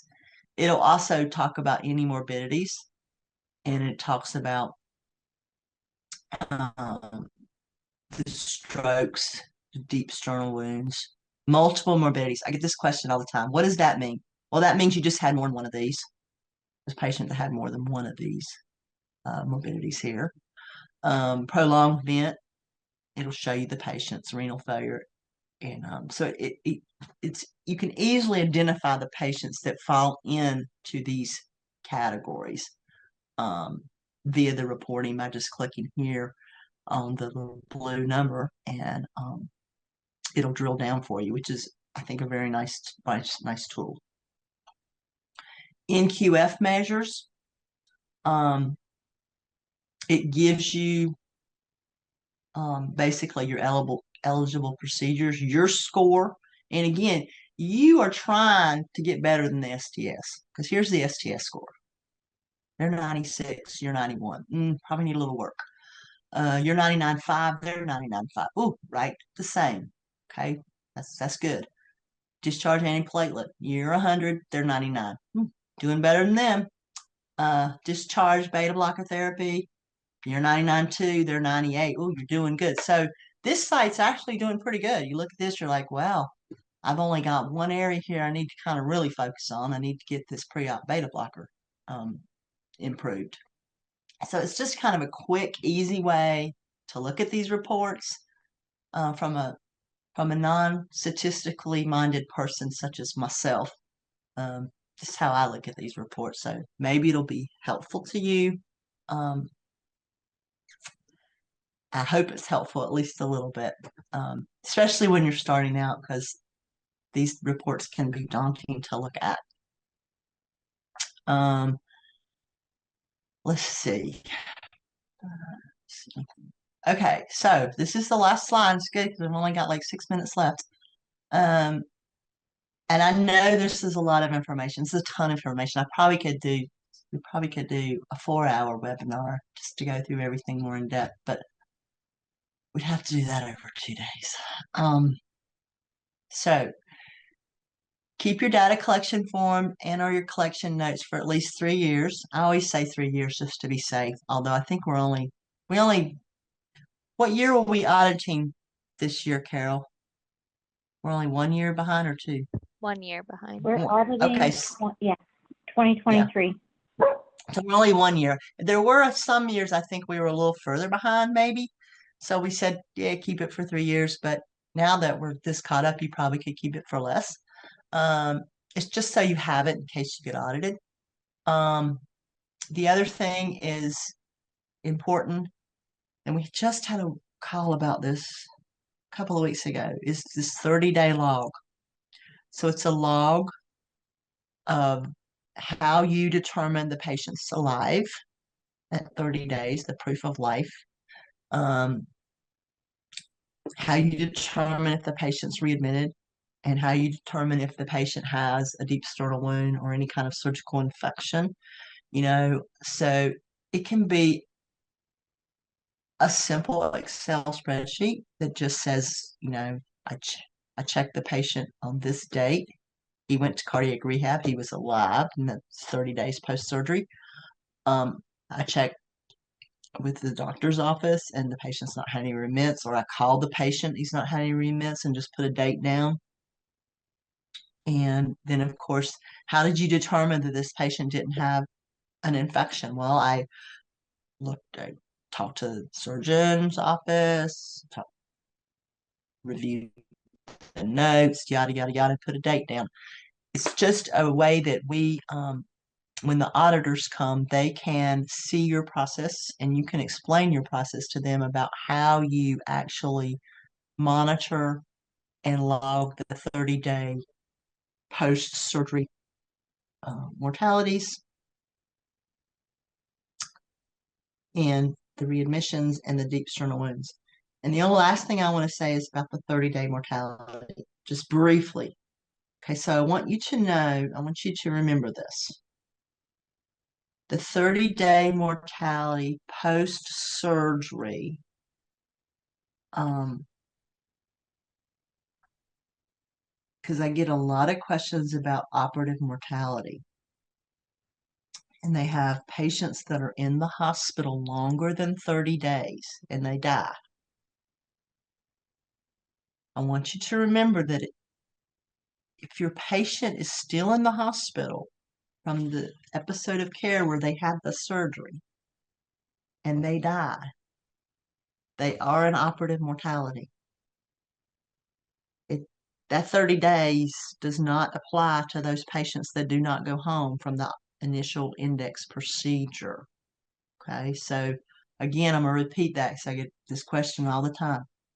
Patients that are in the hospital, they had a cabbage, let's say.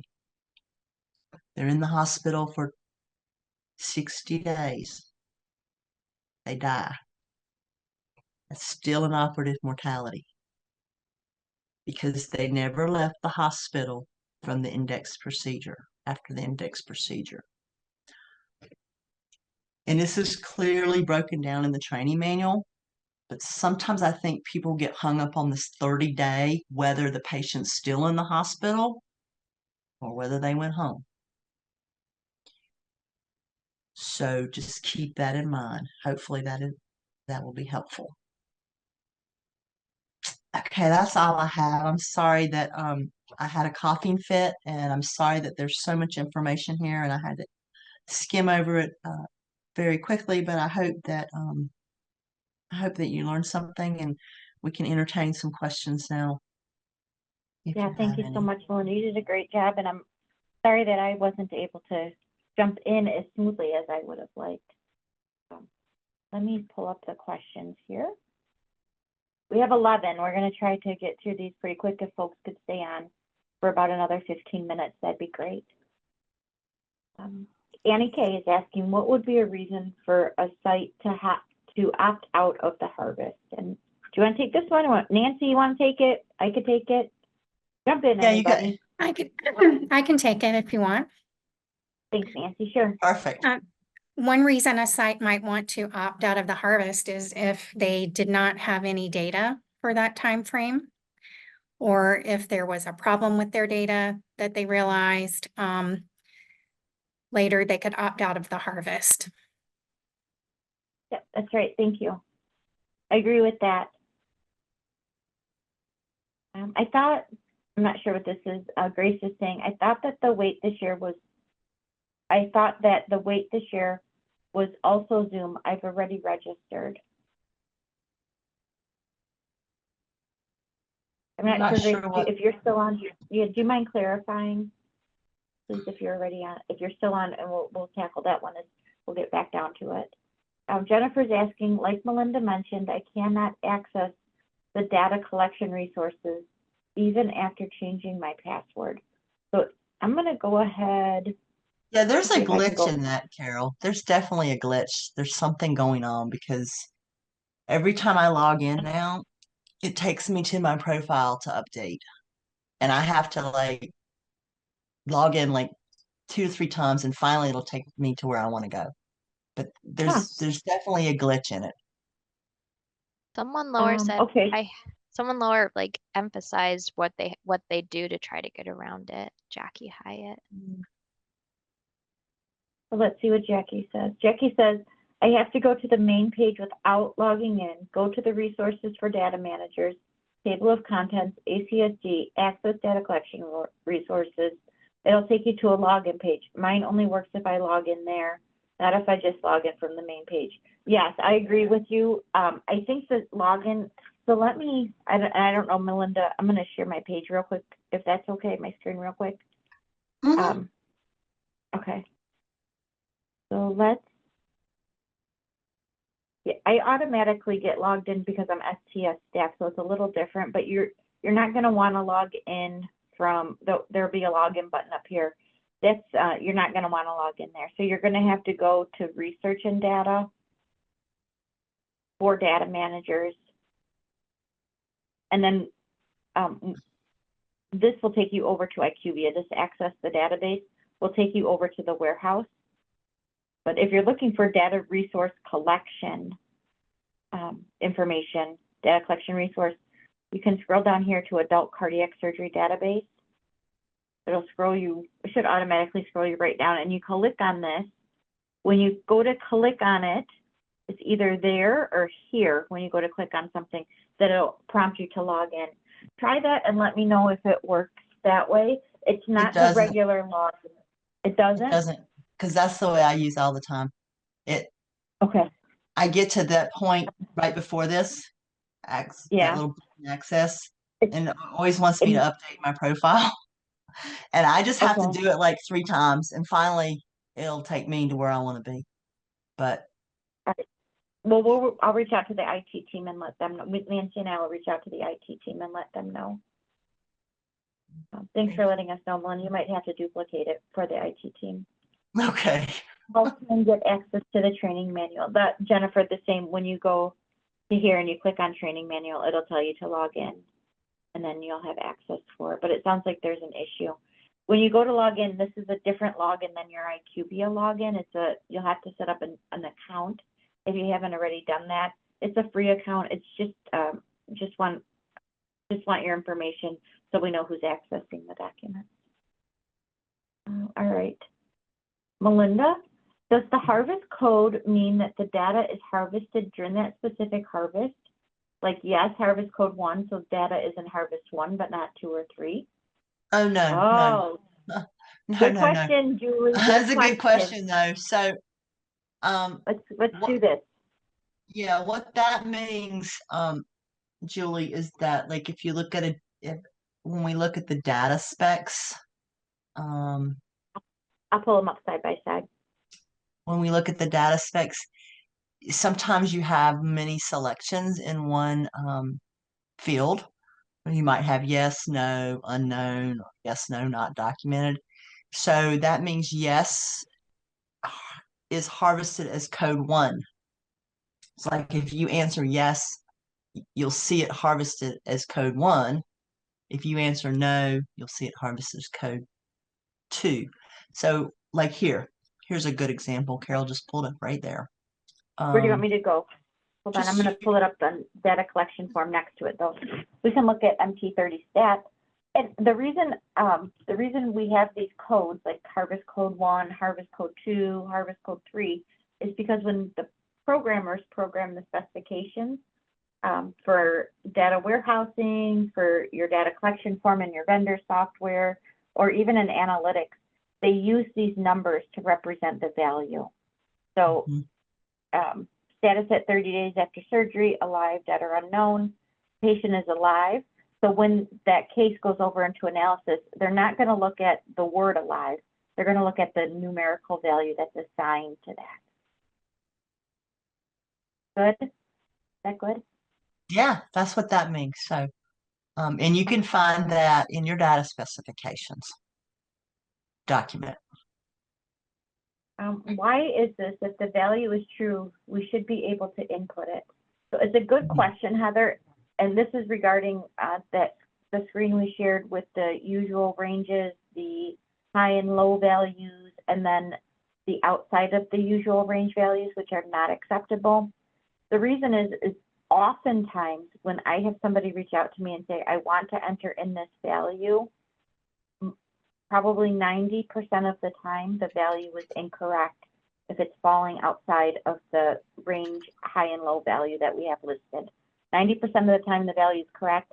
A decimal point was entered incorrectly, or they're using a different, the lab is reporting it out in a different unit.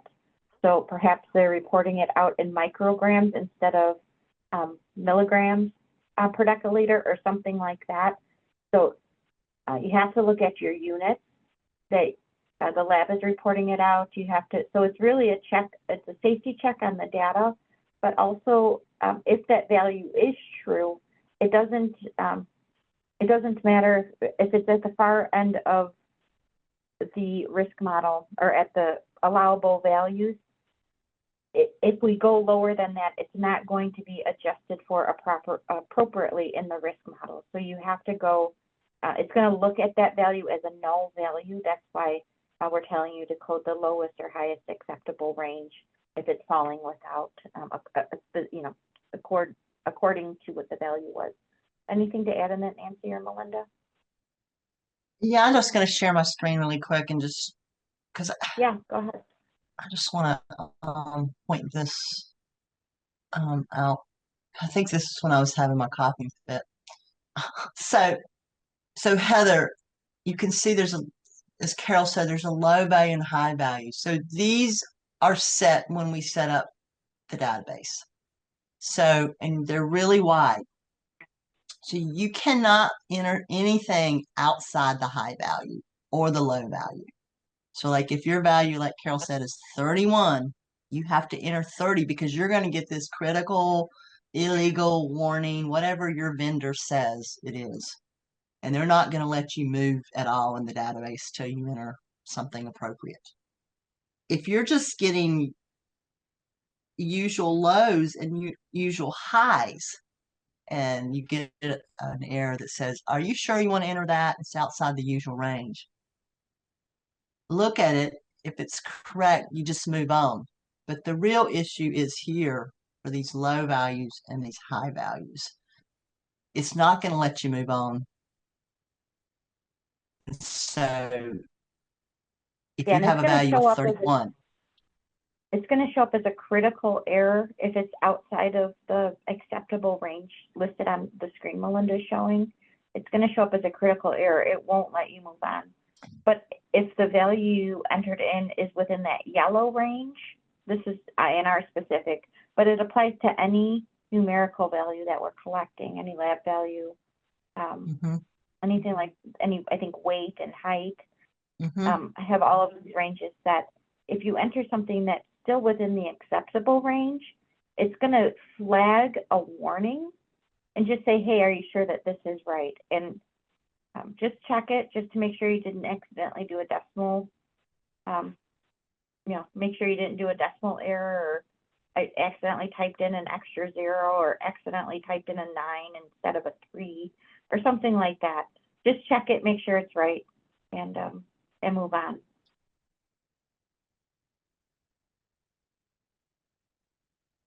Okay. I'm going to stop sharing. Is the outside range value for any field that has a real numeric value required? Yeah, we have values on all of we have range values on all of I can't think of one that we don't, Melinda. I think we have range values on everything. I think we have to. Yep. Yeah. And it's real numbers and integer numbers. Right. That will have range values for. Wendy's asking, where is the stack located again? And I'm not sure which one. I'm assuming she's talking about the data specs because that's what we're talking about. Looks like. Yeah, let me show you where they're at. So when your screen's small, you're going to see it a little bit differently. You'll see these things, but if you make it bigger, I usually just go to the research and data for data managers, adult cardiac surgery database, access data collection resources, and it'll pop up. It'll look like this, but just because my mouse is over resources, you just got to move your mouse around. And then under version 4.20, you'll have the training manual, which Melinda says updated monthly. The FAQ summary document is a list of all the FAQs that have been included in the training manual since the go live for version 4.20, which is July 1st. Multiple data collection forms, surgeon worksheets, and then you get down into the additional resources. And this is where you'll find data specifications, software specifications.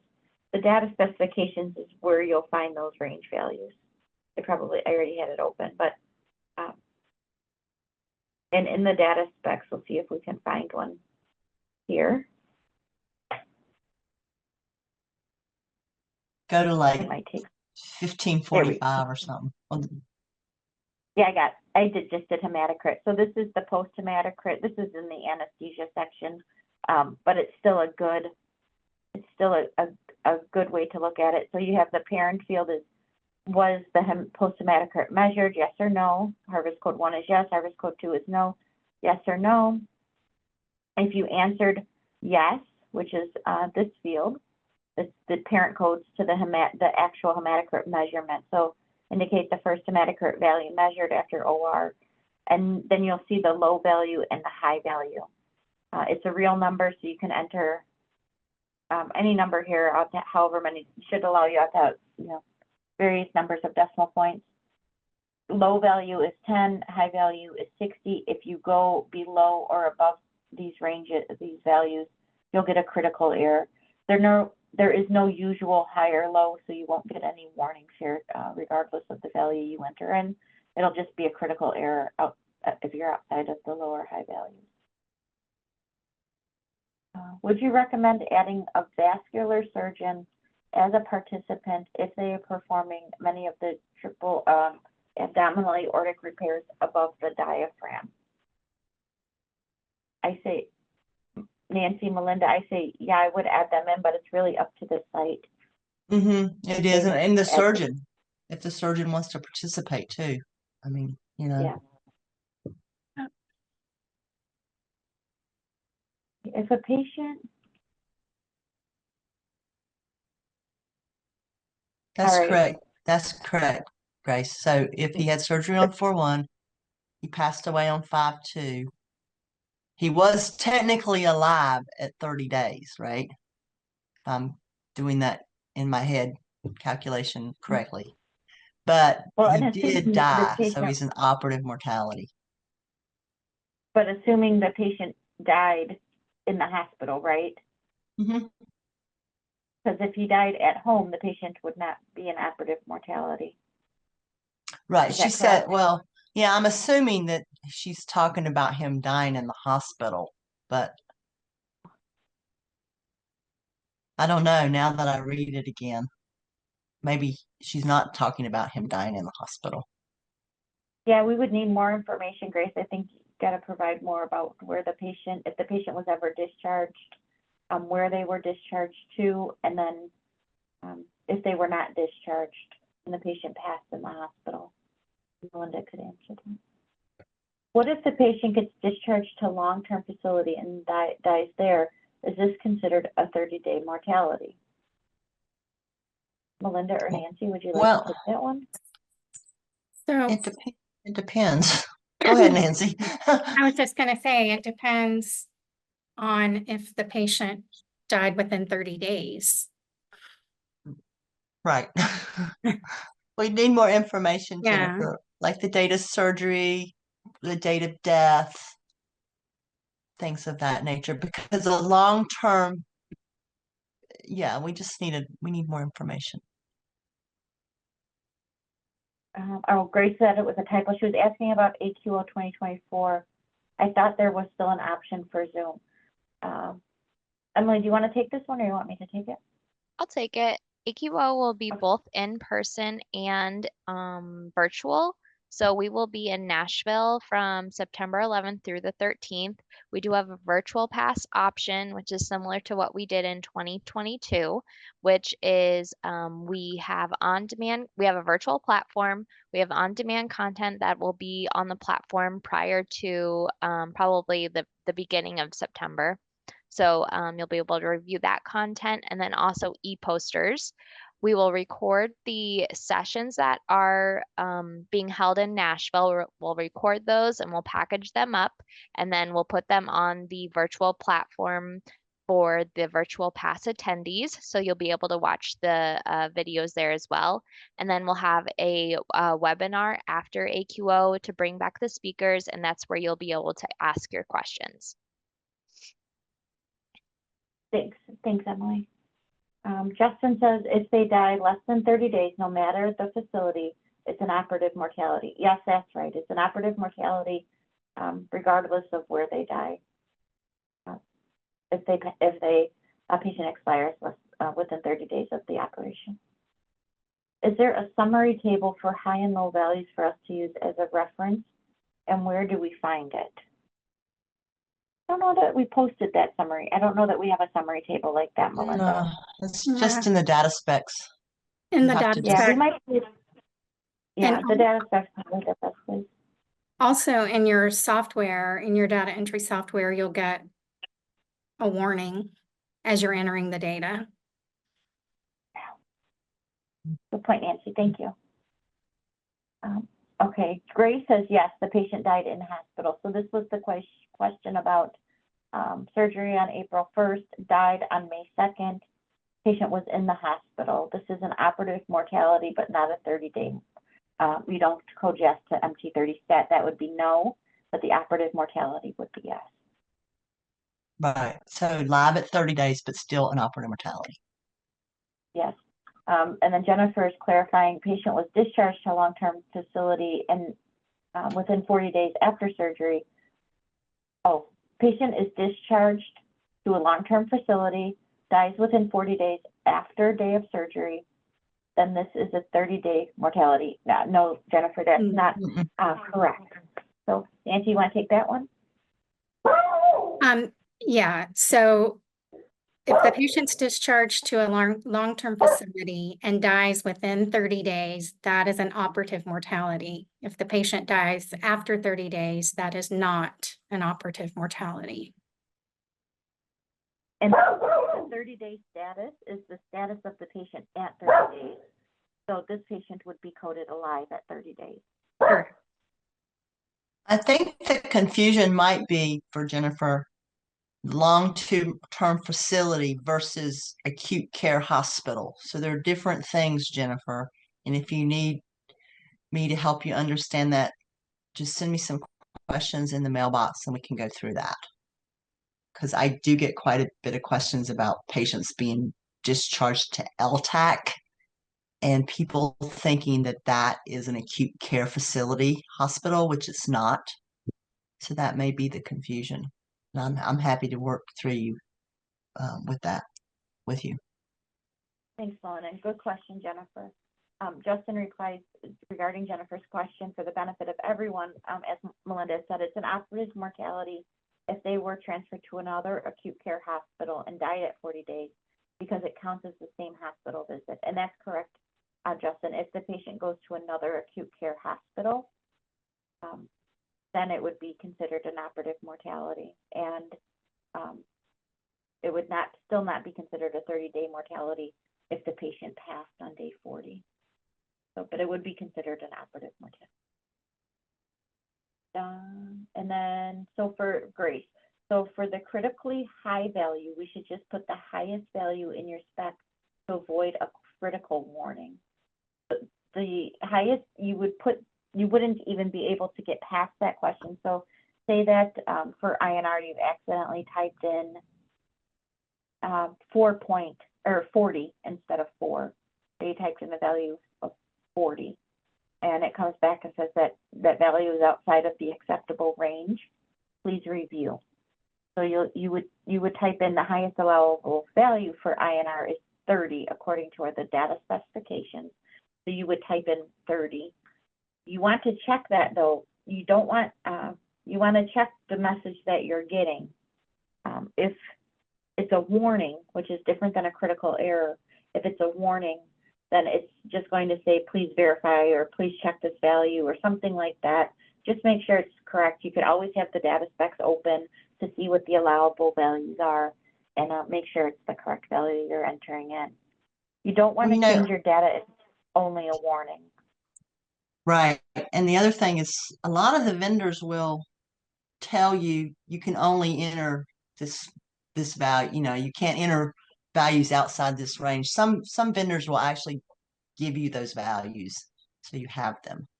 Or at least that's a good point. We have some of the vendors I'm used to using. We have a couple hands up, so thanks, Melinda. I'm going to go over and I just I'm asking Renee, you're first. If you're able to unmute, go ahead. Jackie, you're next. If you're able to unmute, go ahead. And Heather, you're next. If you're able to unmute, go ahead. Hey, it's Heather. Can you hear me? Hi, Heather. Yep. Just one quick thing that might help others that I kind of didn't find out until a few months ago that's helpful for me. We use HeartBase, and within HeartBase, they can actually add in, if it's not already built into each person's platform, wherever they're putting their information into, in the risk score. That's how I'm working with Melinda. I'm actually having an issue with one of our ISO cabs being kicked out of ISO cab due to an AFib documentation.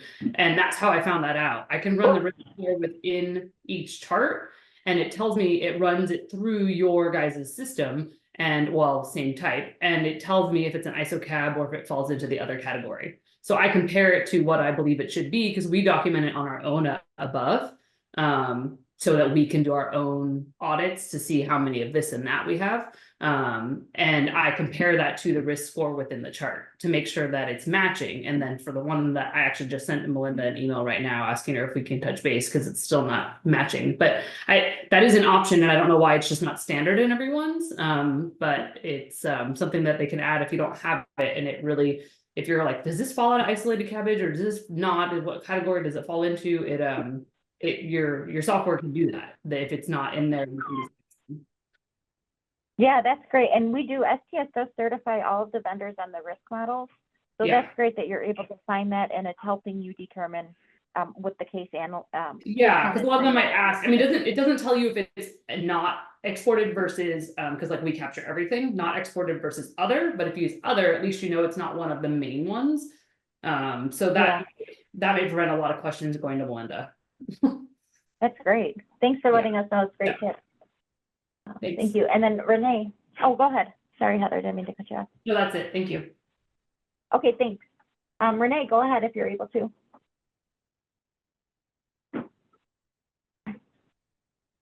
Okay, sorry, Renee, we can't hear you. No problem, Jackie.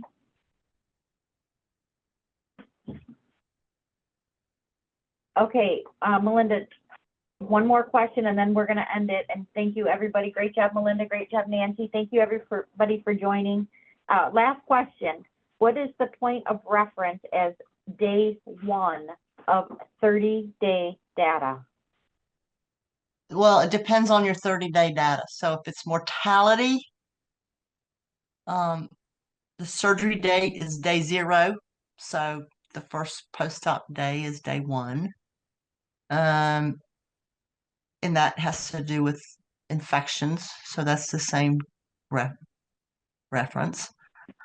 A readmission, your 30-day is discharge date. So you look at the date the patient's discharged, and that is your 30-day reference there.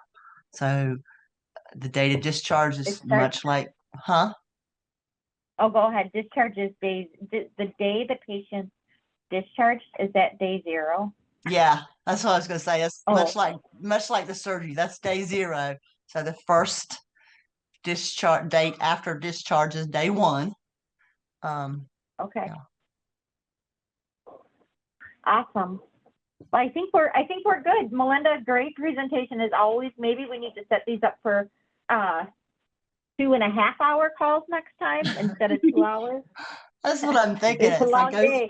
But I go through this. There's so much to talk about. You could really have an hour webinar on most of these sections just separately.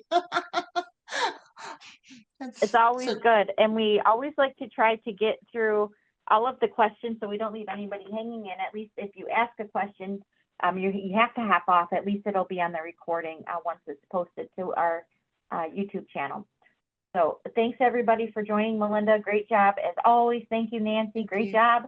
Welcome to the STS, Nancy. You're great asset for us. I really appreciate your help, and thank you everybody for joining. I hope you have a great rest of the afternoon and a lovely Father's Day weekend, and remembering your dads if you don't have them with you anymore, but celebrating those that you do have with. So take care, and thanks again, and thank you. Bye.